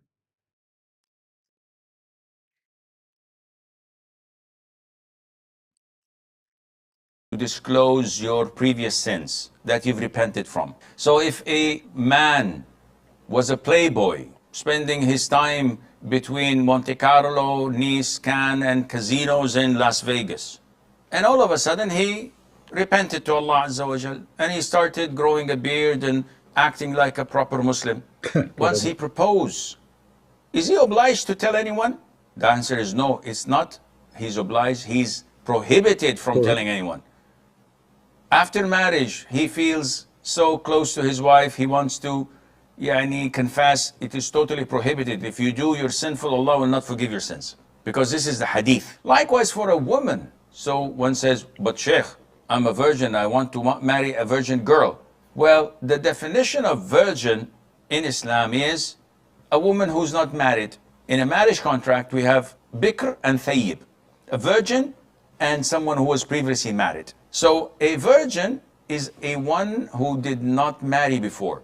We do not disclose whether she was engaged in premarital relationships and had one or multiple boyfriends.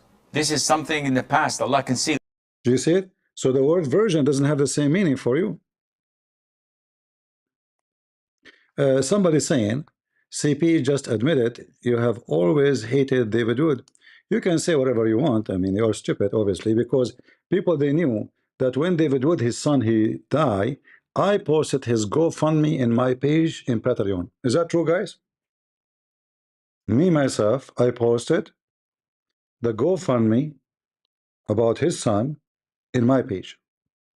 Go check it out. If I hate him, I will never. I mean, when you post it in your Patreon, that means you will lose donation, because instead of donation coming to you, those are the one who donate to you.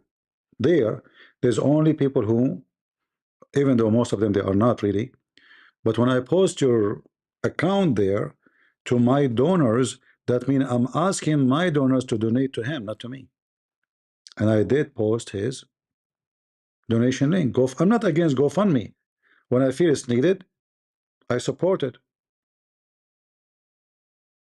And that's why me myself I posted his GoFundMe in my Patreon. But when I noticed that this has become a habit, a practice, it's a grifter. All right. I have a proof that I supported them all. When Wood he lost miserably in front of Mimi Hijab because he did not know how to debate, I am the only one who stood for him to defend him, to show everybody that Hijab was lying. He won the argument by lying, by mockery. It's me. Same when Mimi Hijab and Lily Dawa and Fifi Faridi. Why Fifi? He made a videos, 100 whatever videos, lies of a Christian prince, because I got him busted about his lies with opposite prophet. It's me who stood to defend AP because you do not know how to answer. I always stood to defend them, to make them look better. Because for me, when a Christian lose, we all lose. It's not about him. It's not about me. It's not about a person. Because I'm defending the faith. I'm not defending a person. But then when I notice there is something wrong, then I have to say there is wrong. All right? You can say whatever you want. Okay.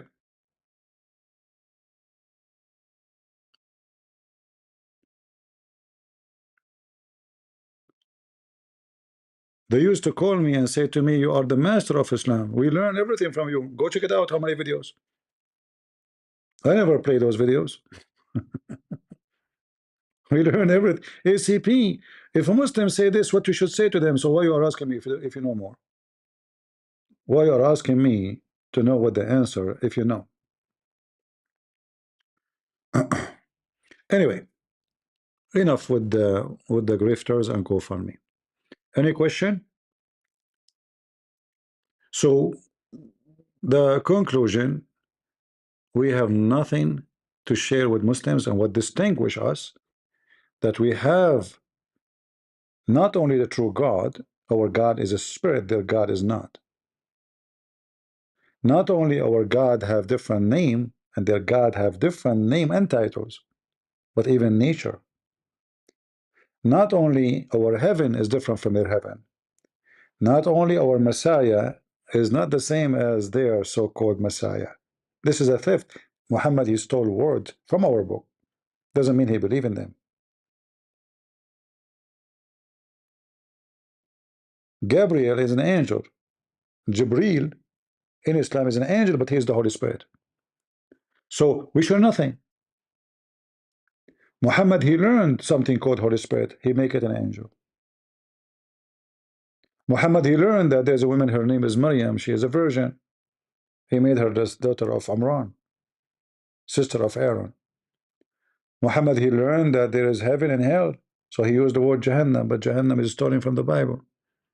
Muslims do not know what the word means. In fact, it's the easiest way to know how much Muslims are living with a thief or a theft religion. Ask them what Allah mean, they didn't know. What Isa mean, they don't know. Okay, what Ibrahim mean, they don't know. What Israel mean, they don't. Actually, if I say, who is Israel? If I go right now to the Quran and I type Israel, ask any Muslim what Israel mean, they don't know. Do you remember when the wicked Ahmad Didat, he was making fun of the Bible speaking about the wrestling of Jacob and God, or the angel of God? He was making fun of it. If the debater who's debating that he knew Islam, he will say to him, or if he's smart, he will say to him, so why the Quran called Jacob Israel? In fact, how we know that Israel is Jacob? Who's Israel? And what Israel mean? The second you call him Israel, you are saying the one who wrestled with God. But they made fun of the story because they are ignorant. And the one who's debating them about Islam is ignorant too. The Muslims in the beginning of let us say the era of debate by TV and videos, they always choose carefully who will debate them. I challenged this wicked Didat. He refused. Then he accepted by mistake. He made a big mistake. He accepted to debate a Christian, Arab Christian, Anis Sharoush. Anis Sharoush, he wiped the floor with him. Second time, the debate supposed two-part. They debated first time. Second time, Sharoush came to the stage. Didat did not show up. Go check it out. They cannot handle Arab Christians.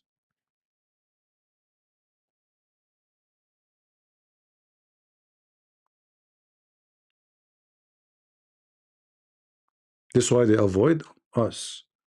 They will debate anybody.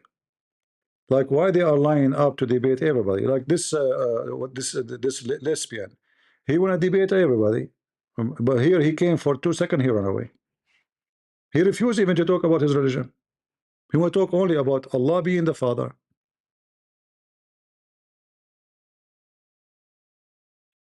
Knowing Arabic alone is a privilege because this religion is based on Arabic.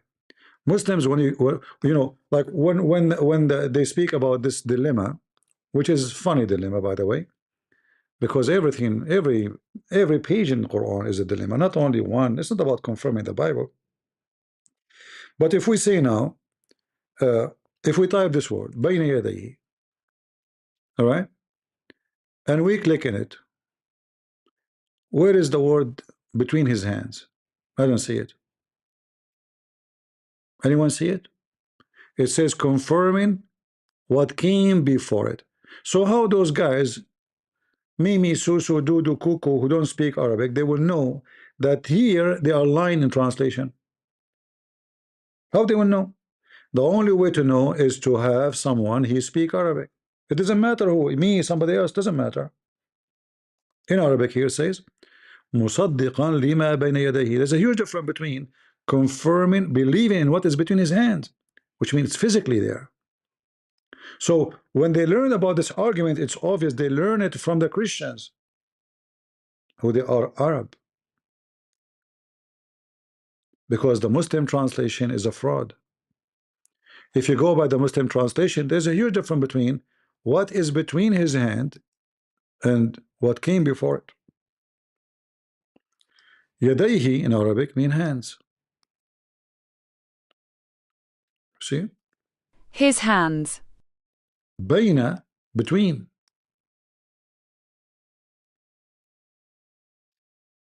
See it? Between. So musaddiqan, not confirming, musaddiqan mean believing, not confirming. This false translation. You can say that when I say I believe in something, I confirm it. No. Musaddiqan have nothing to do with confirming. Musaddiqan mean I have faith on it. I believe it. I don't confirm it because I'm not the authority to confirm.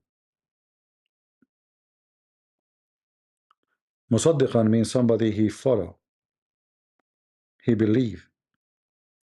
So the book is between his hands.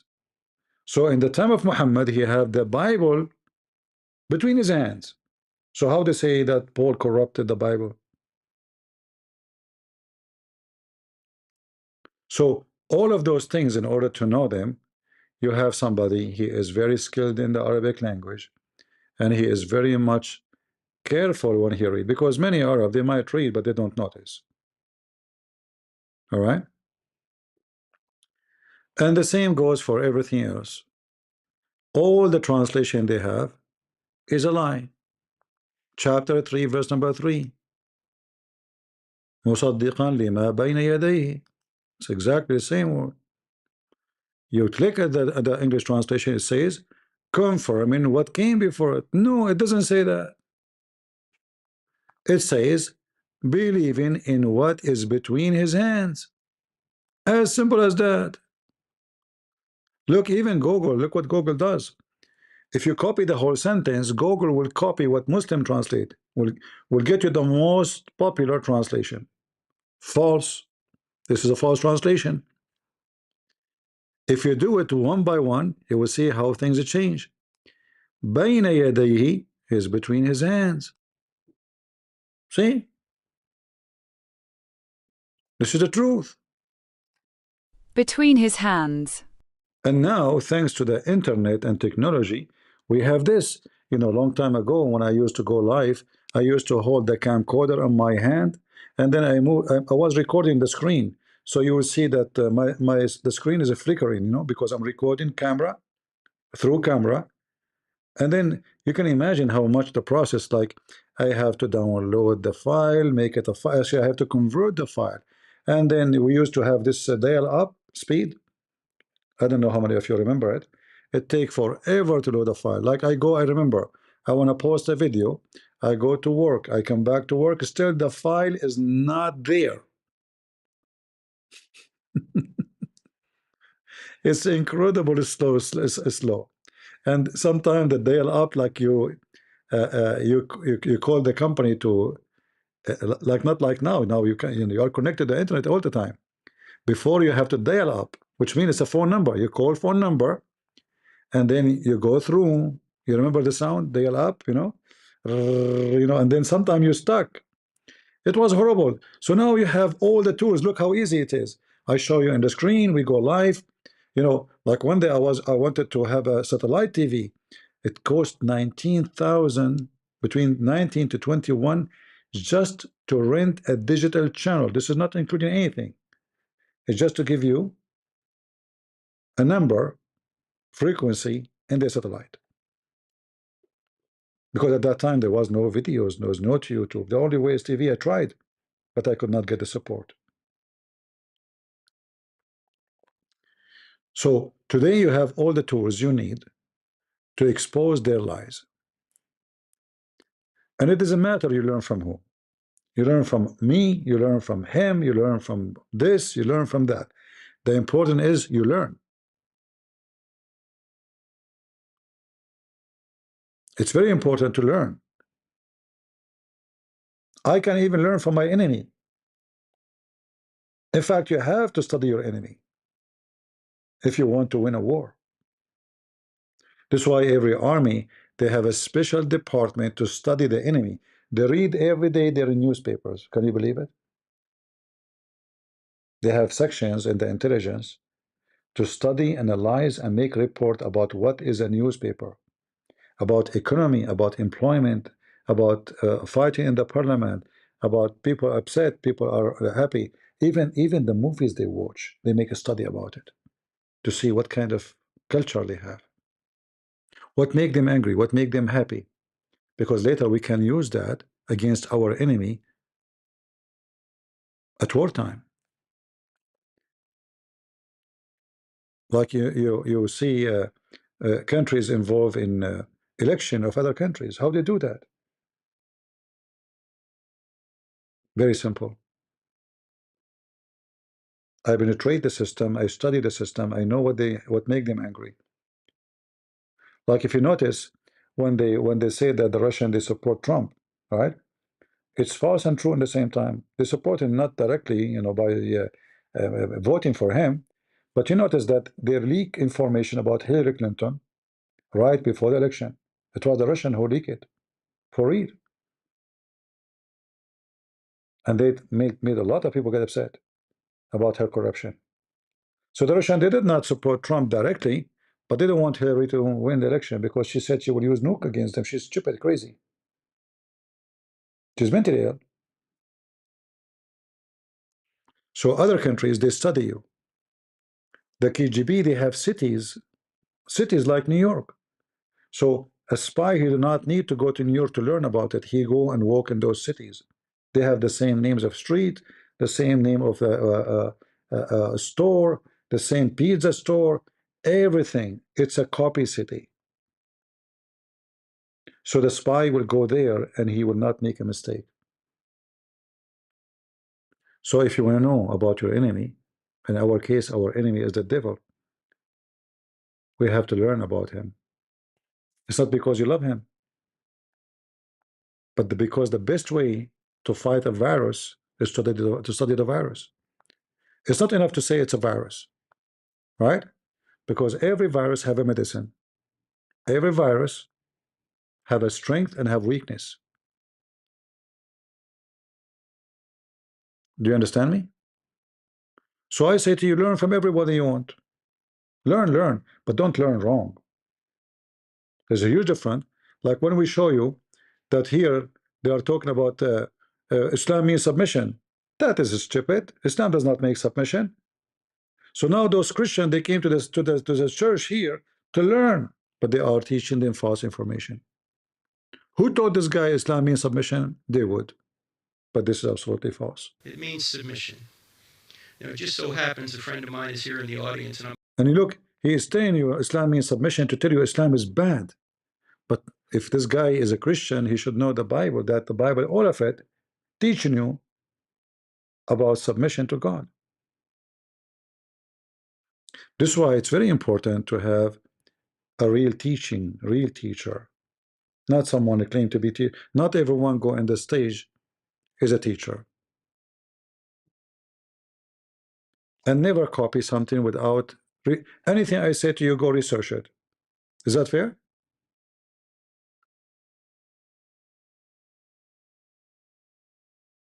You know what I mean? Don't take what I say to you. Like, if I don't show you a reference in front of you, explain it to you with details, it's still not convinced.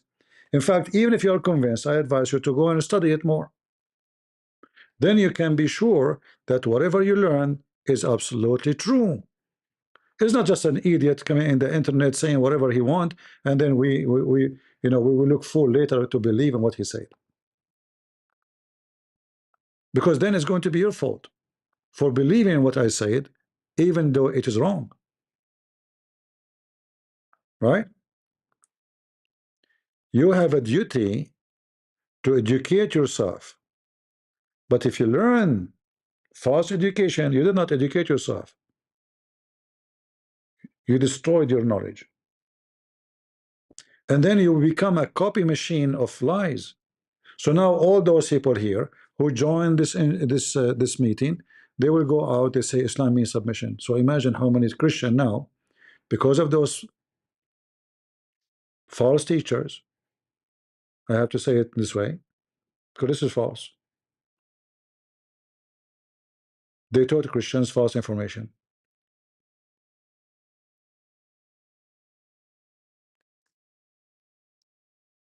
Any question?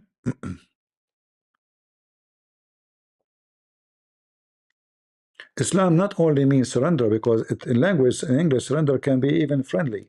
Surrender in the mean of war. Surrender in the mean of violence. Surrender in the mean of against your will. And there's additional thing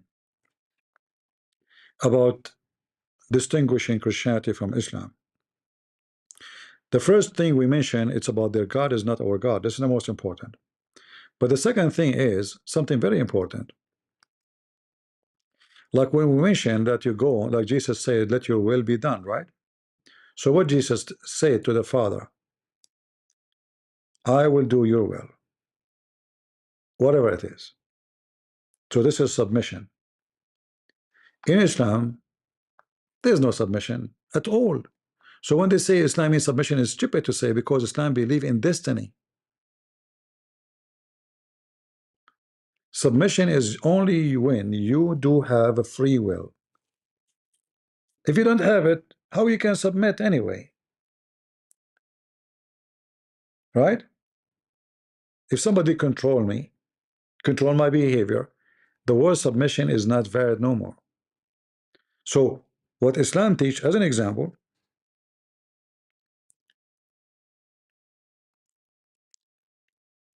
when a child he died, Muhammad and Aisha, they went to a funeral, and Aisha, speaking her logic, which is a good logic, she said, well, there is happiness for this child, for he is a bird from the birds of paradise. Why? Well, he did not commit sin, for he did not reach the age of sin. Makes sense. This child is a bird from birds of paradise. He died. But he died in an age where he did not commit sin, for he did not reach the age of sin. Muhammad, he said to her, don't be stupid. It may be otherwise, which means he might go to hell. Why? Because God created for paradise those who are fit for it while they were in their father loins. In Arabic it says aslabium, which means the backbone of their father, because the Quran teach that sperm of the man coming from his backbone. So this baby, he might go to hell, not because, so going to hell and heaven in Islam is not because of sin. It's not because of a sin and disobedience of God.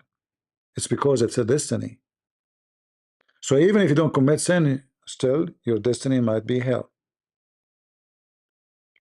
What Jesus says about those little ones, he said, he told you that you will not enter the kingdom of the Father unless you become like those little ones, which mean decent, honest, innocent.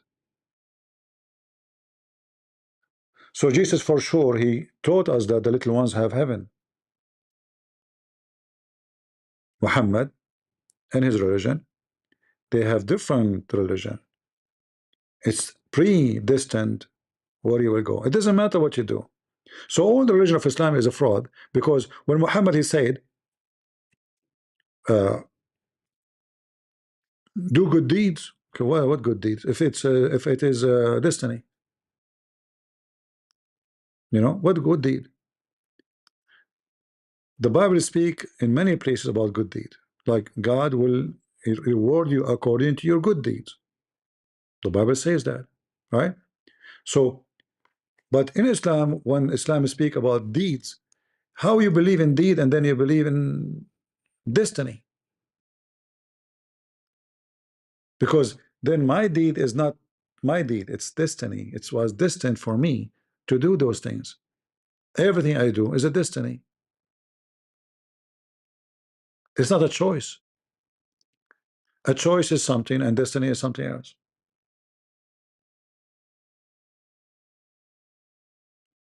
Right? Uh, when the Messiah said in John, I am the resurrection and the life. Whoever believe in me, and even if he die, he will live. Is Jesus speaking about destiny or is speaking about choice? Choice. He says, whoever believe in me, not destined for you to believe in me. So if you believe, which means you have a free will, you live. In Islam, no. In Islam, the word believe is a joke, because you believe or not is a destiny anyway. In fact, Muhammad, he made it more clear in different place. He said, he swear by Allah that a person of you might have a distance of 1 cubit between him and heaven. And then what is written by Allah will take action, and you start acting like people of hell, and you go to hell. And all of those are authentic reference, you know. All of this you see in front of you is very authentic. When Allah supposedly He's creating you, He write your destiny, your privilege, your fortune, and fortune, your bad deed, your good deed. It's not you. It's not about, if a Muslim he says to you, this is about Allah knowing. No, this is not about knowing. It's about deciding for you. Even how much money you will earn, Allah He write for you how much. And here you see in this hadith in front of us, like this one here, Muhammad, he made it clear that you might act like people of heaven all your life, but then at the end of the day, What Allah wrote for you and your destiny will take over, and then you act as people of hell and you go to hell. So there's no point of Islam. In Christianity is totally the opposite. And by the way, this is one of the most strong argument you can use against the Muhammadan. This is Al-Bukhari, very strong. They can't say it's da'if. It says it clearly. Muhammad is swearing, saying that a man of you, which means any man, he might act as people of heaven, enter there's a cubit distance between him and heaven, and then what Allah wrote for him will take over. Same for the fire. So here he says, and by Allah, a person among you, or any, which means any man, may do the deed of people of fire. So he's a bad person. He's doing deed of fire. And there is only a cubit, an arm, distance between him and fire. Look how bad it is. But then what Allah wrote for him, which is destiny, proceed. And he does the deed of people of heaven, and he go to heaven. So it's not your deed will take you to heaven or to hell. It's what Allah wrote for you at the end of the day. So the guy doing the deed of hell all his life, and then he's almost in hell. But the deed which Allah wrote for him to go to heaven start active, and he go to heaven. And then the opposite. And a man may do the deeds of the people of paradise till there is only a cubit between him and paradise. Then the writing of destiny proceed, and he does the deed of people of fire, and he enter it. So it's not your choice. In Christianity, no. In Christianity, Jesus made it clear, if you believe in me, I am the resurrection, I am the life. Whoever believe in me and I will live.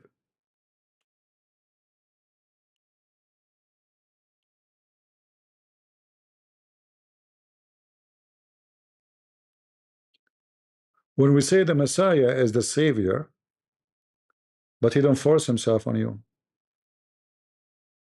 He says, come to me, I will comfort you. Knock at my door, I will open for you. So it's always your will. He did his will. He came to you. He offered salvation. He offered to save you. You knock at the door, he opened. All what you need to do, knock at his door. In Islam, it doesn't matter you knock or not. Who cares? It's about destiny. Even when you commit fornication, it's not your fornication. It is Allah who wrote for you. And this is why the Muslim, he don't feel guilty with his faith. He believes that he is doing that because Allah, he wrote this for him. Do you see it? It's a portion Allah, he wrote for you. Allah, he fixed for you. It's not your choice. So if you fornicate, don't be upset. This is what Allah wrote for you. It's not your choice. If you're a thief, don't worry. It's destiny. There's a video, we mentioned it before, about a woman she called the sheikh. She asked the sheikh about, she got like 30 years old. You know, those Muslims, if a woman, she is 30 years old, she became so old now, nobody will marry her because they like to marry children. They are pedophiles. So she's saying, I became, over 30 years old, and I'm afraid nobody will marry me. What the sheikh, he said to her live on TV. He said, sister,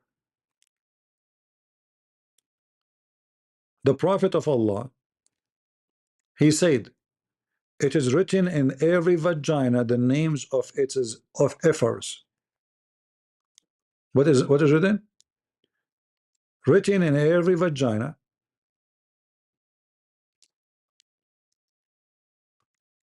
the names of the one will if it. So don't worry about it. It's a destiny. Whatever written there, it's not up to you, not up to me. Whatever written in your vagina, they will have you. All right? And the video, I can show it to you. I mean, we are not making things up. It's a destiny. So she's worried, am I going to have a husband?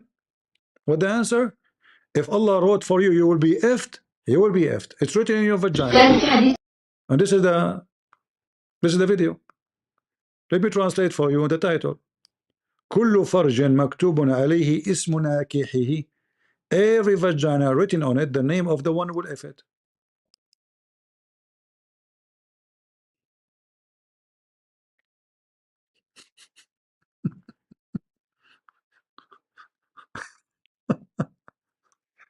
And now this Muslim woman, I bet you, she went and she maybe she got a camera or selfie phone to try to zoom in her vagina to see what the names written there.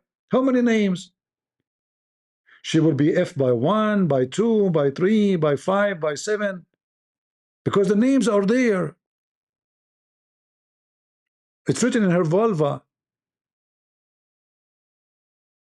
This is what they teach in their TV.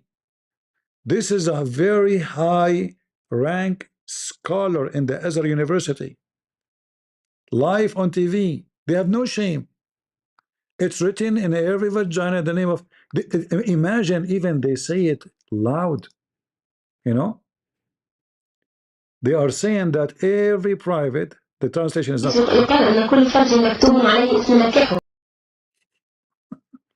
There is a saying, every private part has the name of the person had intercourse with it. Do you see it?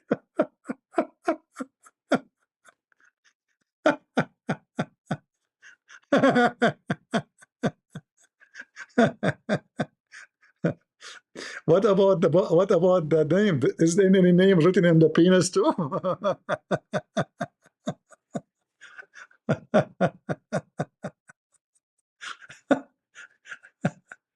This is religion. Ah, Lord have mercy. Okay, any other question?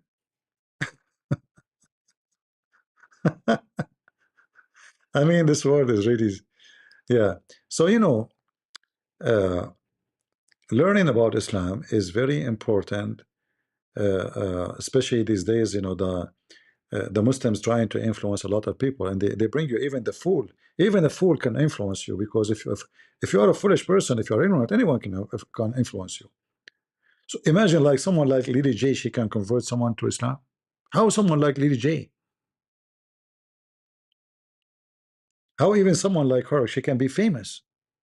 Because we are exist in the world full of foolish people. You are not required to be smart these days to be influencer. In fact, you can be very much influencing people when you're a fool.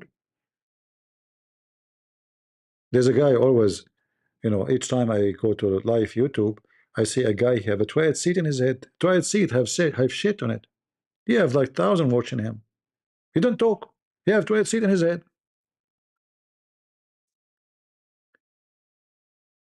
You will see even in the live, women, they are touching some kind of rubber, making noise like on the microphone, rubber, and there's hundreds of people watching.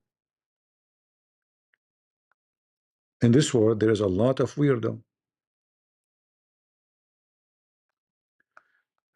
right?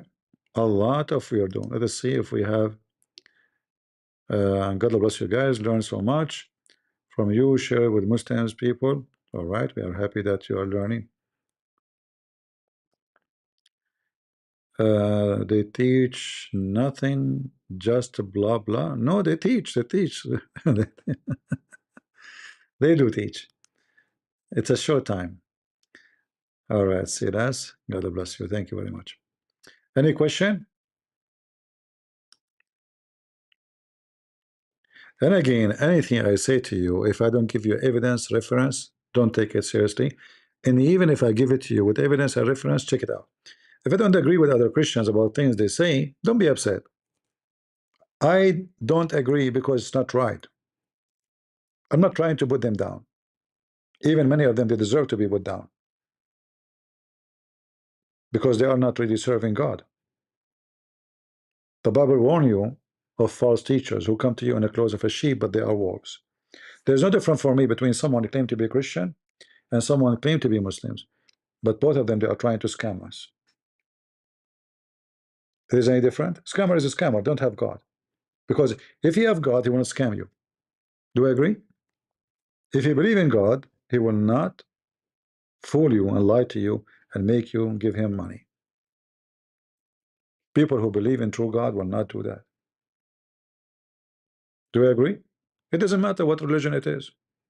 If they claim to have God and they have ethic, then they will not scam you.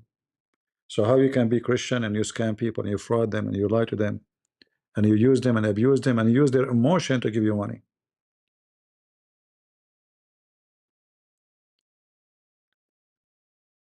Uh,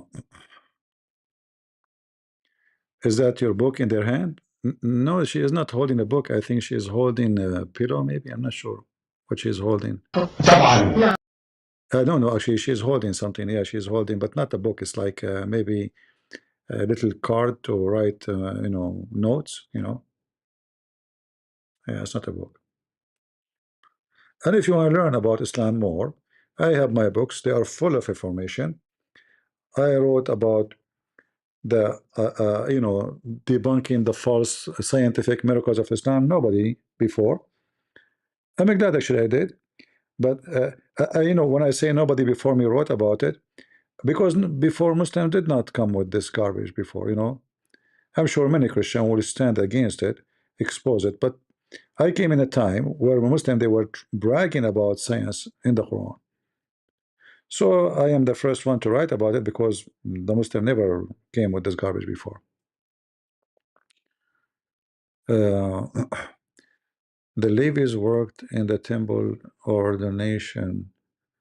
Are they also grifters? I love both of you. No, my friend, the grifters is someone, he make you give him money using your emotion and your love when it is not necessary. You know what I mean? So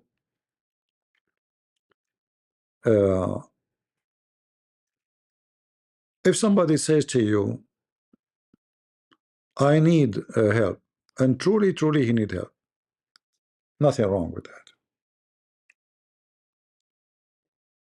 Because simply he is honest and he need help. But all the excuse they give you is false.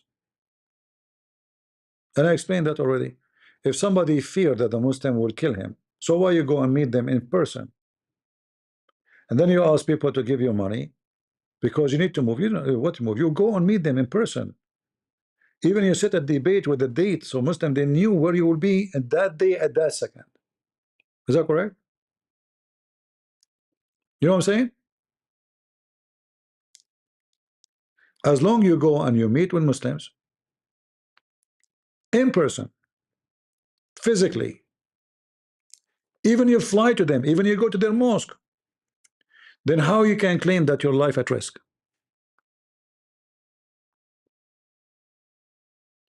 And then you ask people to give you money because you need to move.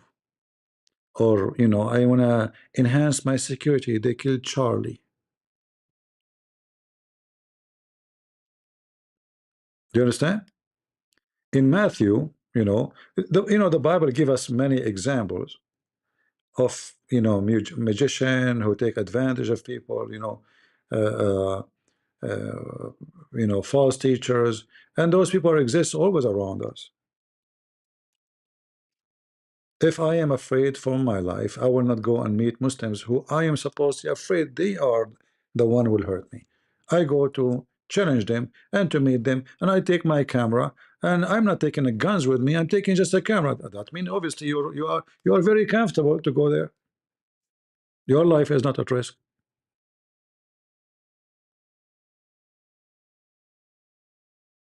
right? If my life at risk, that means I will be in the hidden place. I will not let them see me physically. Never. Because, oh, they want to kill me, wherever they find me. Right? This is what false teachers do. All right. Again, you don't have to agree with me, but this is what I believe. And it's obvious. For me, it's obvious. Let us debate. Open Discord. Okay, I will open Discord just for you, even though I am not in the mood of debate. But there's a guy, he claimed he want to debate me. Are you a Muslim, my friend? Ansirioto, are you a Muslim?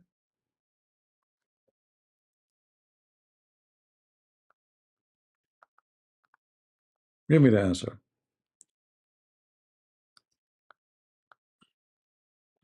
Are you Abdul?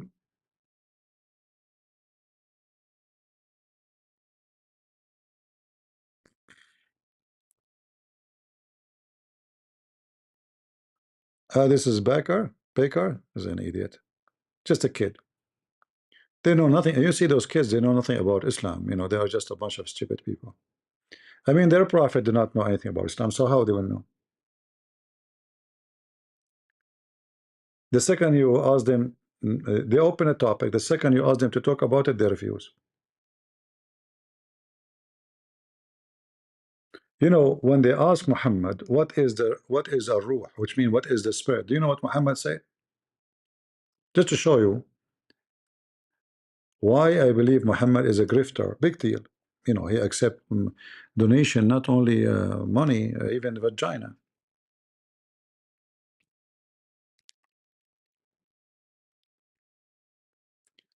So Muhammad been asked, what is the spirit? What is the answer? It's from the command of my Lord. This is not the question. They are asking you, what is the spirit? What do you mean, command of my Lord? What does that mean? Anyone understand what does that mean? Command of my Lord? Oh. What? The spirit, there's a specific spirit. The spirit, not what is, just a spirit. We don't know. He gave a stupid answer, as usual. Even when you ask Muhammad about something very silly, like they come to him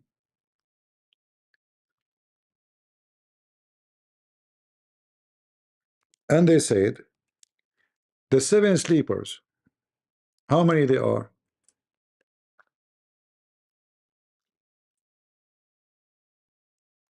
How many?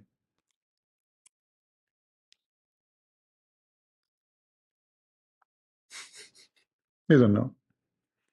So look how he gave the answer. He gave the answer without answer. They are asking you about the seven sleepers. Okay. Some they say they were three and their dog is number four, which is mistake, but because in Arabic and even in English, you don't say the fourth is the dog, because the dog is not a human. You can say three human and one dog. But you can say and the fourth is a dog. And then some they say, others they say they are five and their dog is six. Hold on. He jumped. You know. Look, some they say they are fourth uh, uh, and their dog is the fifth. And then some they say they were five and their dog is number six, guessing at the unseen. Yet other they say they were seven and their dog is number eight. Say, okay, what is the number now? Say, Muhammad, only Allah know their number and none know their number but of you. What the heck? So what the number?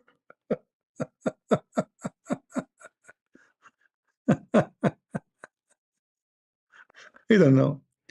So he play all this game to avoid giving the answer, because he's afraid if he says seven, they will say to him wrong. He's afraid if he say 10, he will say you're wrong. So what you do? Some they say, and then the biggest poo is, my Lord know the best their number. None knows them but if you. Hold on. If you knew already, so why you don't tell us? So now what is the answer? Hey Muslim, what is the answer? How many they are?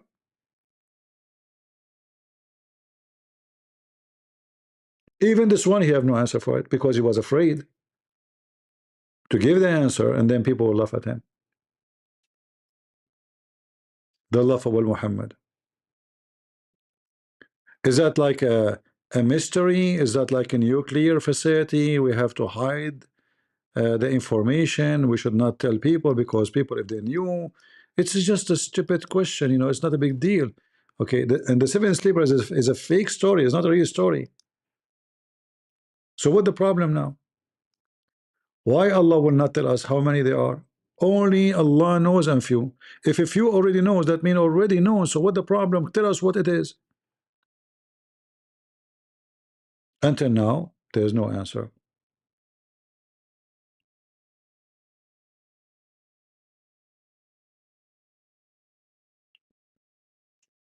And the answer will never come. Good luck with that.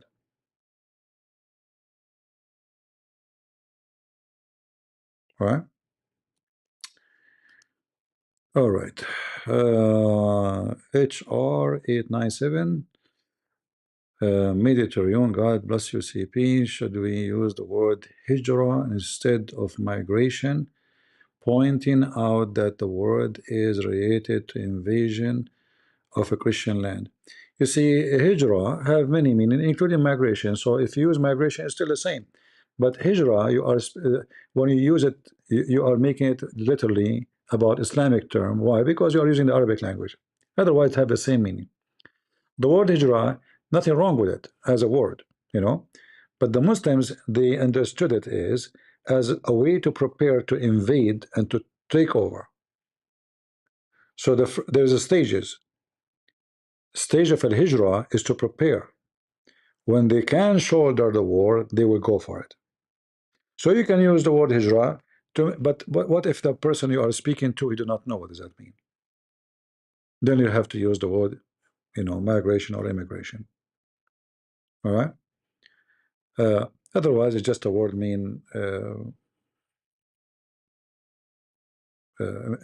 immigration, and it can be actually, it can have other meaning actually. Like as an example, when Muhammad he was dying, Omar he says, "قد هجر الرسول." Let me find the hadith.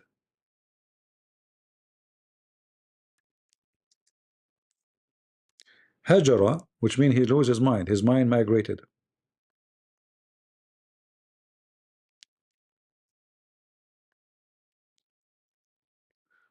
So it's about leaving.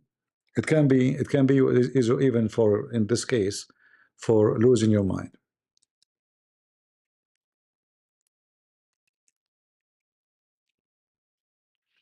Let us see.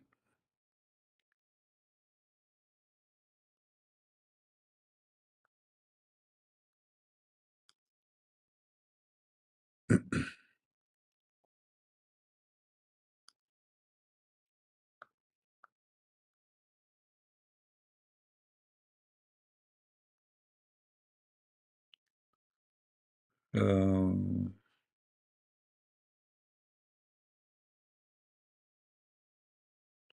yeah, there is many hadith. Let us see here. I'm trying to find the one it says قد هجر.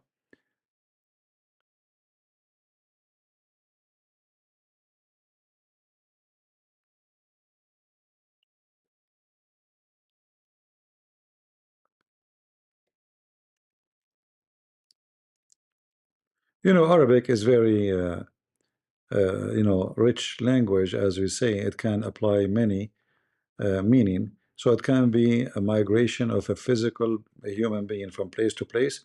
It can be a migration of your brain, like you lose your mind. So he said, Hajar al-Rasul. And this is story actually is about Muhammad. When he was dying, he asked for a paper to write. Uh, uh, let us see here. Yeah, to write a paper so that Muslim they will not lose guidance after his death.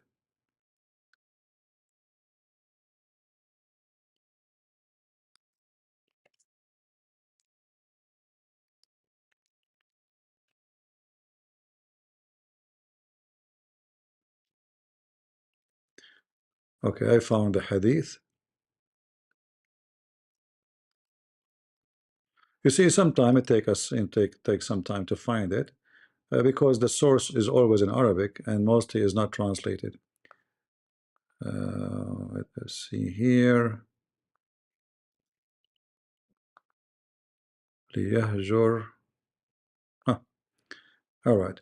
So maybe we can find it actually in English translation, so I can give it to you as a reference. Give me a second. Here we go.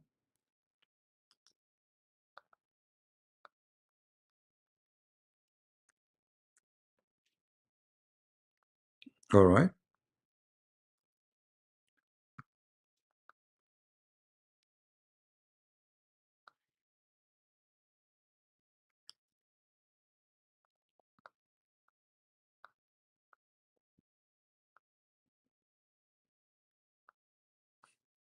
Trying to find the hadith about it. Okay, maybe to try something else.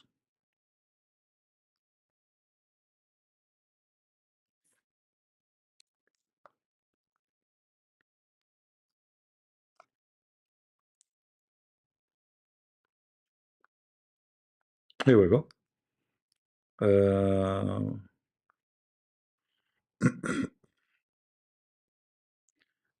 Are you there, HR? You see my screen? So if you go here, it says فقالوا إن رسول الله صلى الله عليه وسلم يهجر. يهجر is like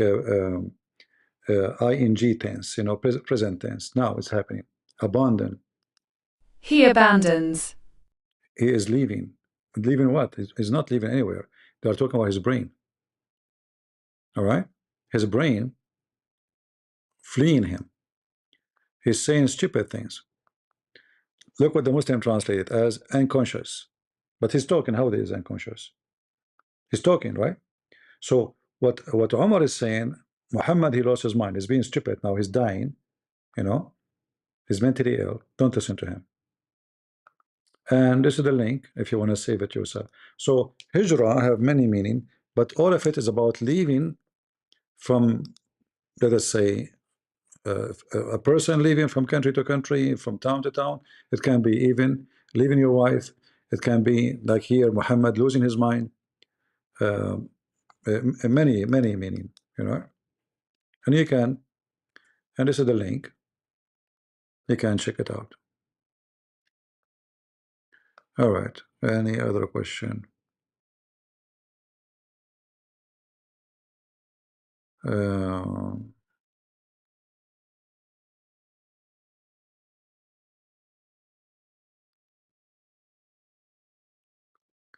Bank Biggie, okay. CP, help us understand why do Muslims online defend Lily J? I have seen 100 plus.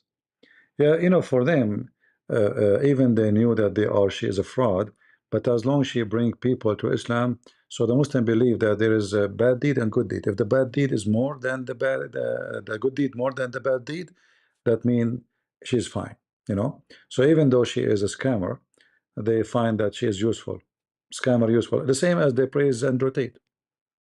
Andrew Tate convert to Islam, you know, there's many who they are follower of him, they decide to join him. Right? So even though they knew Andrew Tate is a scam, he's a rapist, he is a pimp, all of them they praised him. Right? As long as there is a benefit, then they will support you. Their ethic is different from the way we see ethic. They don't have ethic. Christian Armenian, I just wanted to thank you everyone for support for CP. Bless you, and we are the crusade. Thank you, Armenian. God bless you. Anything else?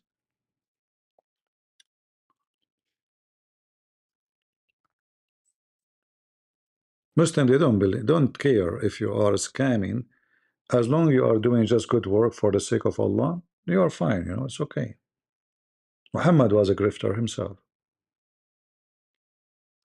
Like, how a Muslim is like, how they can go against someone like her if they're a prophet?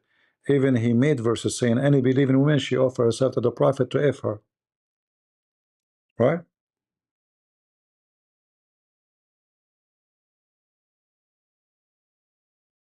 Right? So If their best man is he accept donation as a vagina.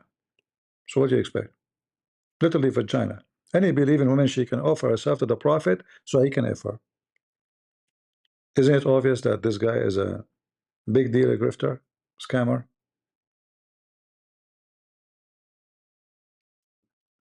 Any Muhammadan have an objection?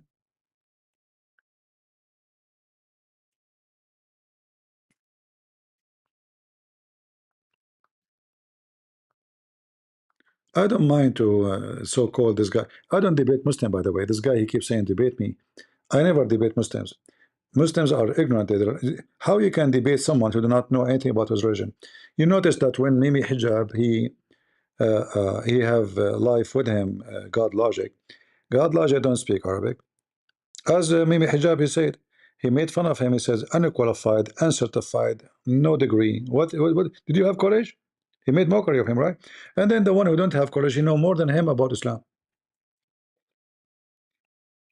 This is Mimi Hijab who have a PhD, right?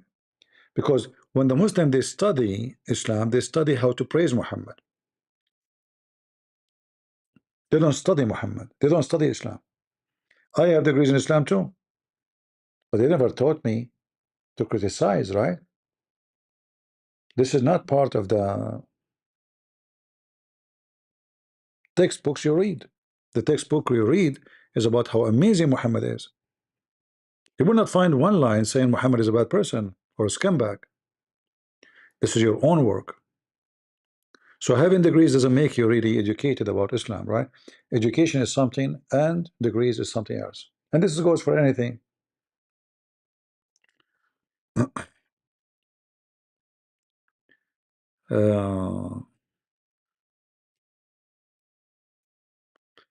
Baker, if I bring you to Discord, you will cry in 2 seconds. And you will say to me, I don't want to talk about this. As usual, do you want to bet? Guys, shall I open Discord just for this guy, just for 5 minutes for fun? Right away, he will refuse to talk about the topic. He will change the topic. He will tell me, bring me Faisal. Right? Bring me Faisal.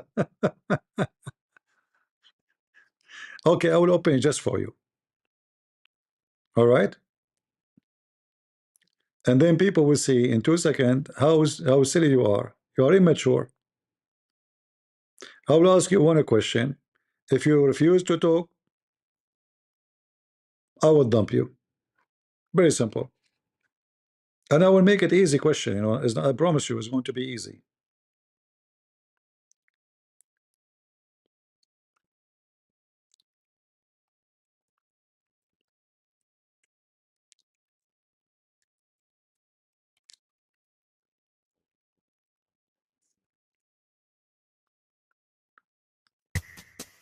Here we go. I open this code. Come.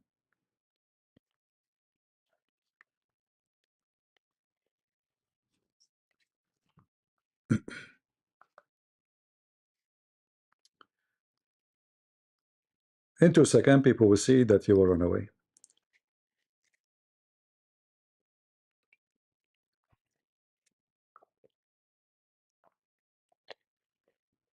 Talk. Go ahead. No, you are not muted. You are not.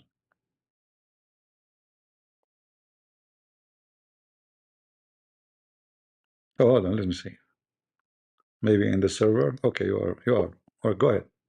Your thanks. Your nightmare is here. Very simple question in front of everybody. The Yeah, Quran. what's the question? Come, my son. The Quran says Israel. Who is Israel? Who is Israel? Israel? Uh-huh. Israel is a prophet. Where it says Israel is a prophet. Who is he? Is Where is Israel is a prophet? is his name is Israel? His name is Israel. Israel, yes. His name is Israel. He is Yes. a son of who? He's a son of who? Uh-huh.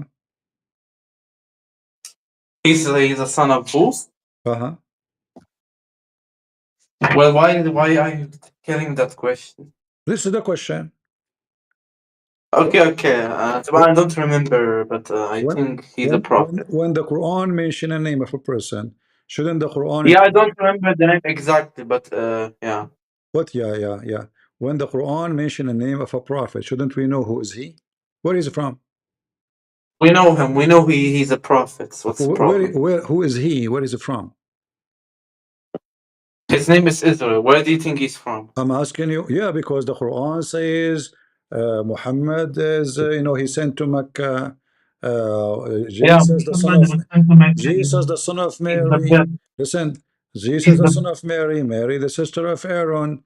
Mary, the daughter of Why do we Imran. need his name? So, Can I so, talk, so please? the Why do we need so his the name? Quran. Why do we need his name? So Why do we need his father's I name? What's need to that? know who is this guy. I'm asking you, who is he? So you need to know his father's name? Well, okay, who's Muhammad? Who do we need to know his father? Yes or no? Do you need to know Muhammad's father? Muhammad's father? Uh-huh. I think you already know who is his father. Where you know that? Where you know where he's from? Where he's from? Uh-huh. Aren't you a scholar of Islam? You're supposed to know his tribe. Where? Very easy. Everybody knows stuff. Everybody know the stuff. This is the answer, guys. Everybody know the stuff. Where? From maybe Sadhguru? Guru, yeah, you're a guru. You scam people. So you see, you're stupid. So the Quran You're says, like Willie J. You're children, no different than Willie the J. children of Israel. We need to know who is Israel and who is those children of Israel.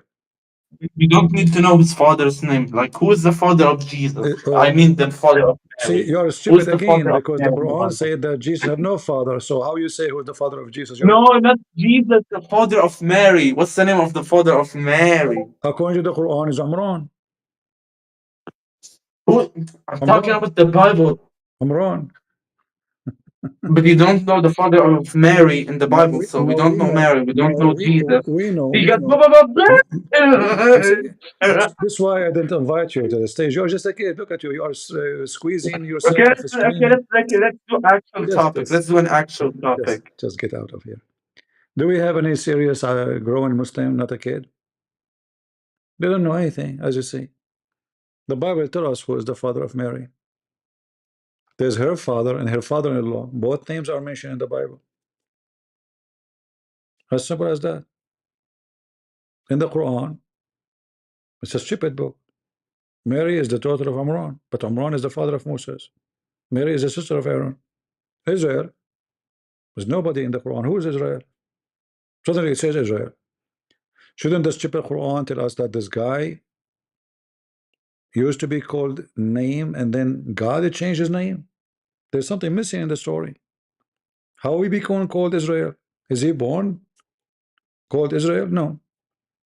So the stupid Quran is stealing from the Jews, and because he is a thief, he do not know the rest of the story. So he copied that there is a guy, his name is Israel, but he don't know who is this guy. The only way to know is to go to the books of the Christian, and then the Muslim, they will fabricate a hadith saying to you that the prophet, he told us who is this guy. The Quran should tell you, not the prophet, because how the prophet will know if not Allah told him? If Allah told him, it will be the Quran. So where in the Quran? Nowhere. In the stupid Quran, suddenly the father of Abraham is Azar. Azar. How in the world Abraham have a father, his name is Azar, which is an ancient Aramaic mean foolish.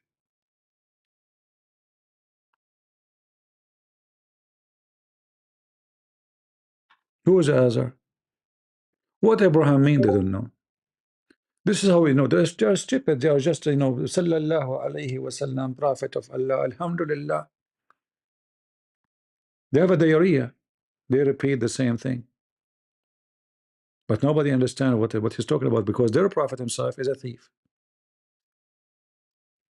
He copied from the Jews some stuff. What he knew is nothing. This is why when I get a Muslim on the stage, he do belly dancing. All of them, they are belly dancers.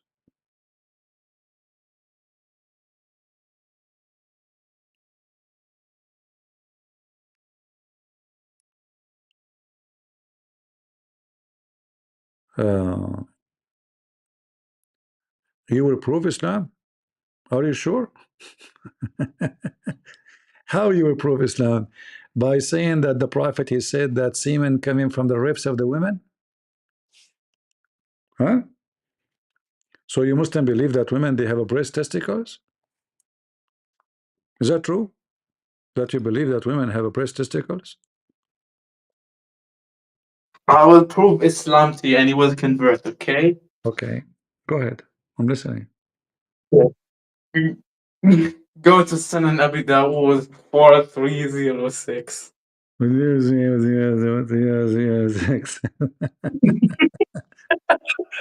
Come, go to the prophecy. I don't know. You must be a gay. I mean, you have no screws. You need somebody to put a screwdriver within you and like tied it up. I mean, you can't even talk. The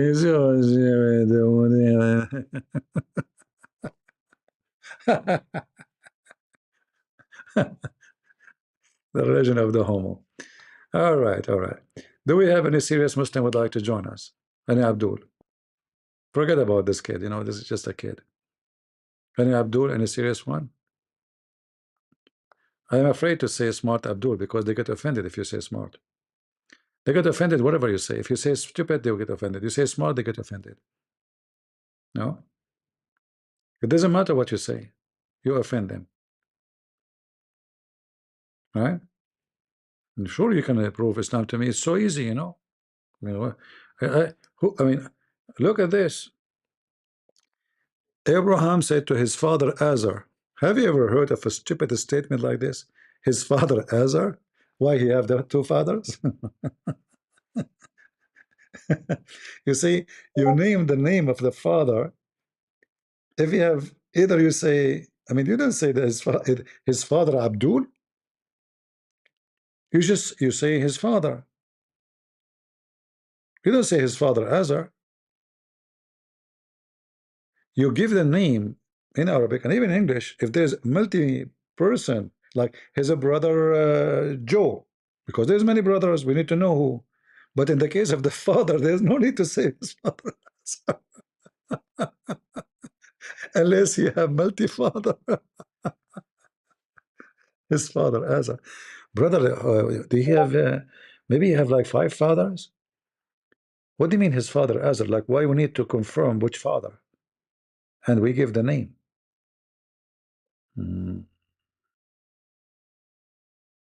Right?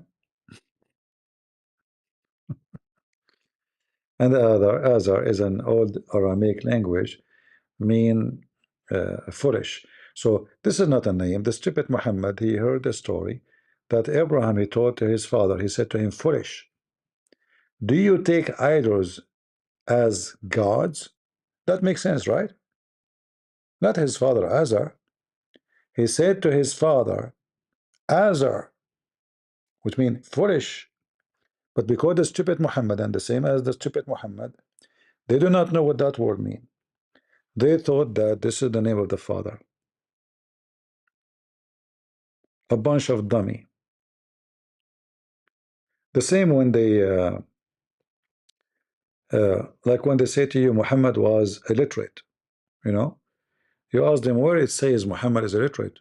It says the Quran says. Where? It says al-ummi. Al-ummi doesn't mean illiterate. You're an idiot. Al-ummi, it's mean from the nations. He is not from the Jews.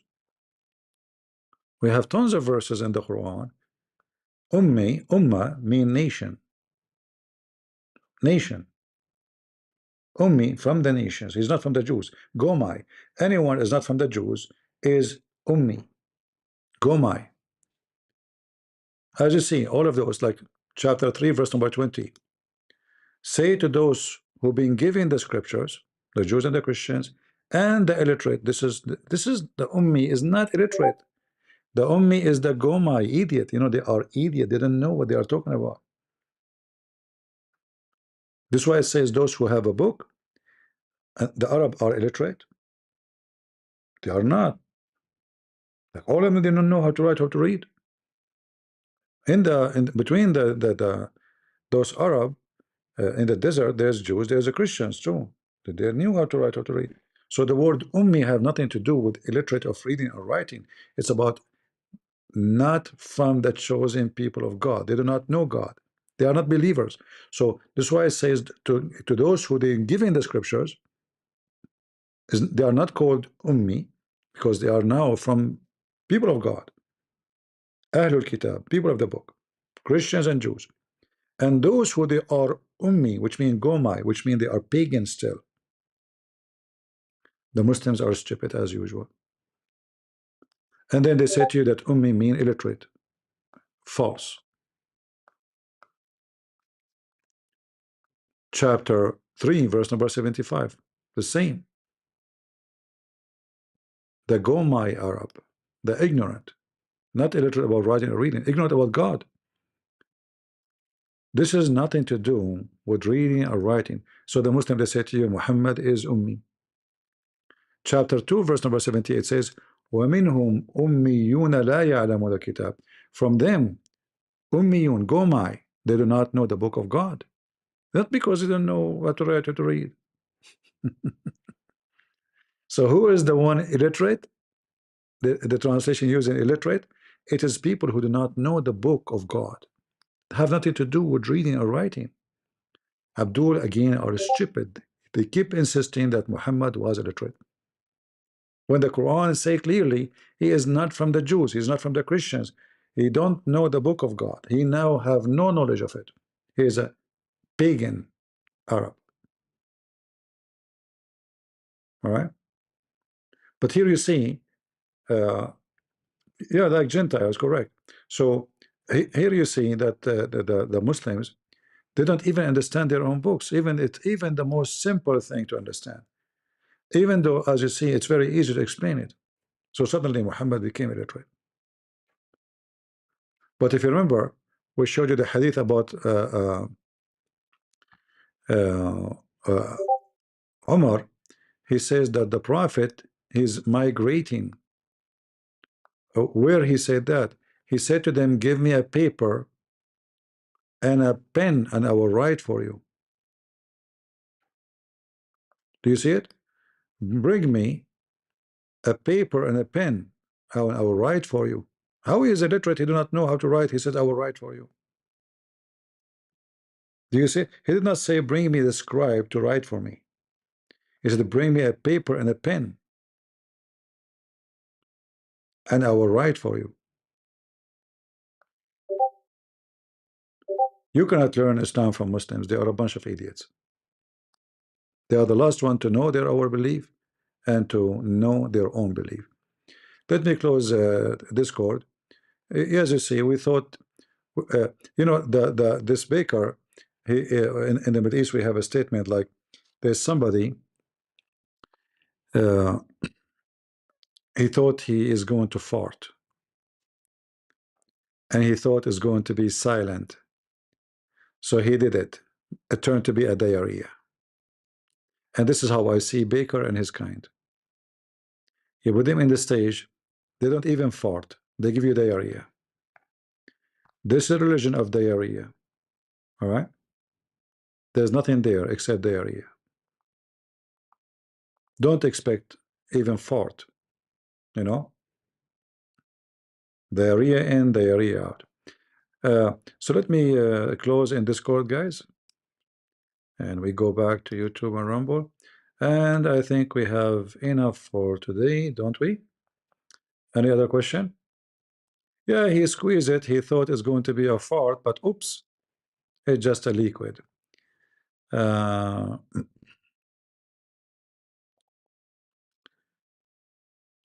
All right, I think we have enough for today. I hope you guys enjoy your time. And again, I say to you before I finish, be careful when you give your money to others. Online, there's a lot of grifters. It doesn't matter what they call themselves, Muslims, Christians, missionaries, you know. You don't find your money in the street. And you have to be careful you give it to who. There is many organizations to help people really who need help.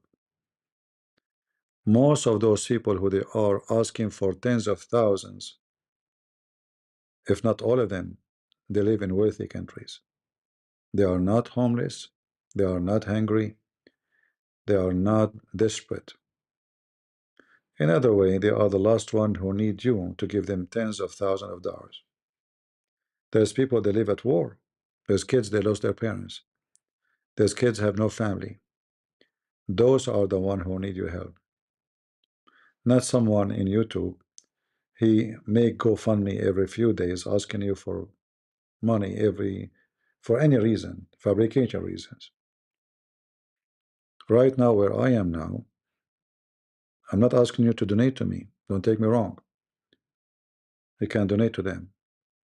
There's tons and there's thousands and there's tens of thousands of children that lost their parents. There's people lost their legs. I see them every day. There's people they have difficulty to even find a shelter because tens of thousands of people lost their houses, if not millions. People who they are in YouTube, they live in the West, they live in England, they live in USA, they are wealthy by location. Just by being there, you are blessed. They do not need your tens of thousands. They are making money from Super Chat. They are making money from Patreon. They do not need your GoFundMe. Go this for GoFundMe only if you think it is really needed badly. Use your brain. Don't be emotional. Think twice. And if somebody fool you, it's your fault. If somebody is a scammer, he scam you, it's your fault. It's not his fault. He's a scammer. Right? So I warn you, and it's up to you to do as you wish.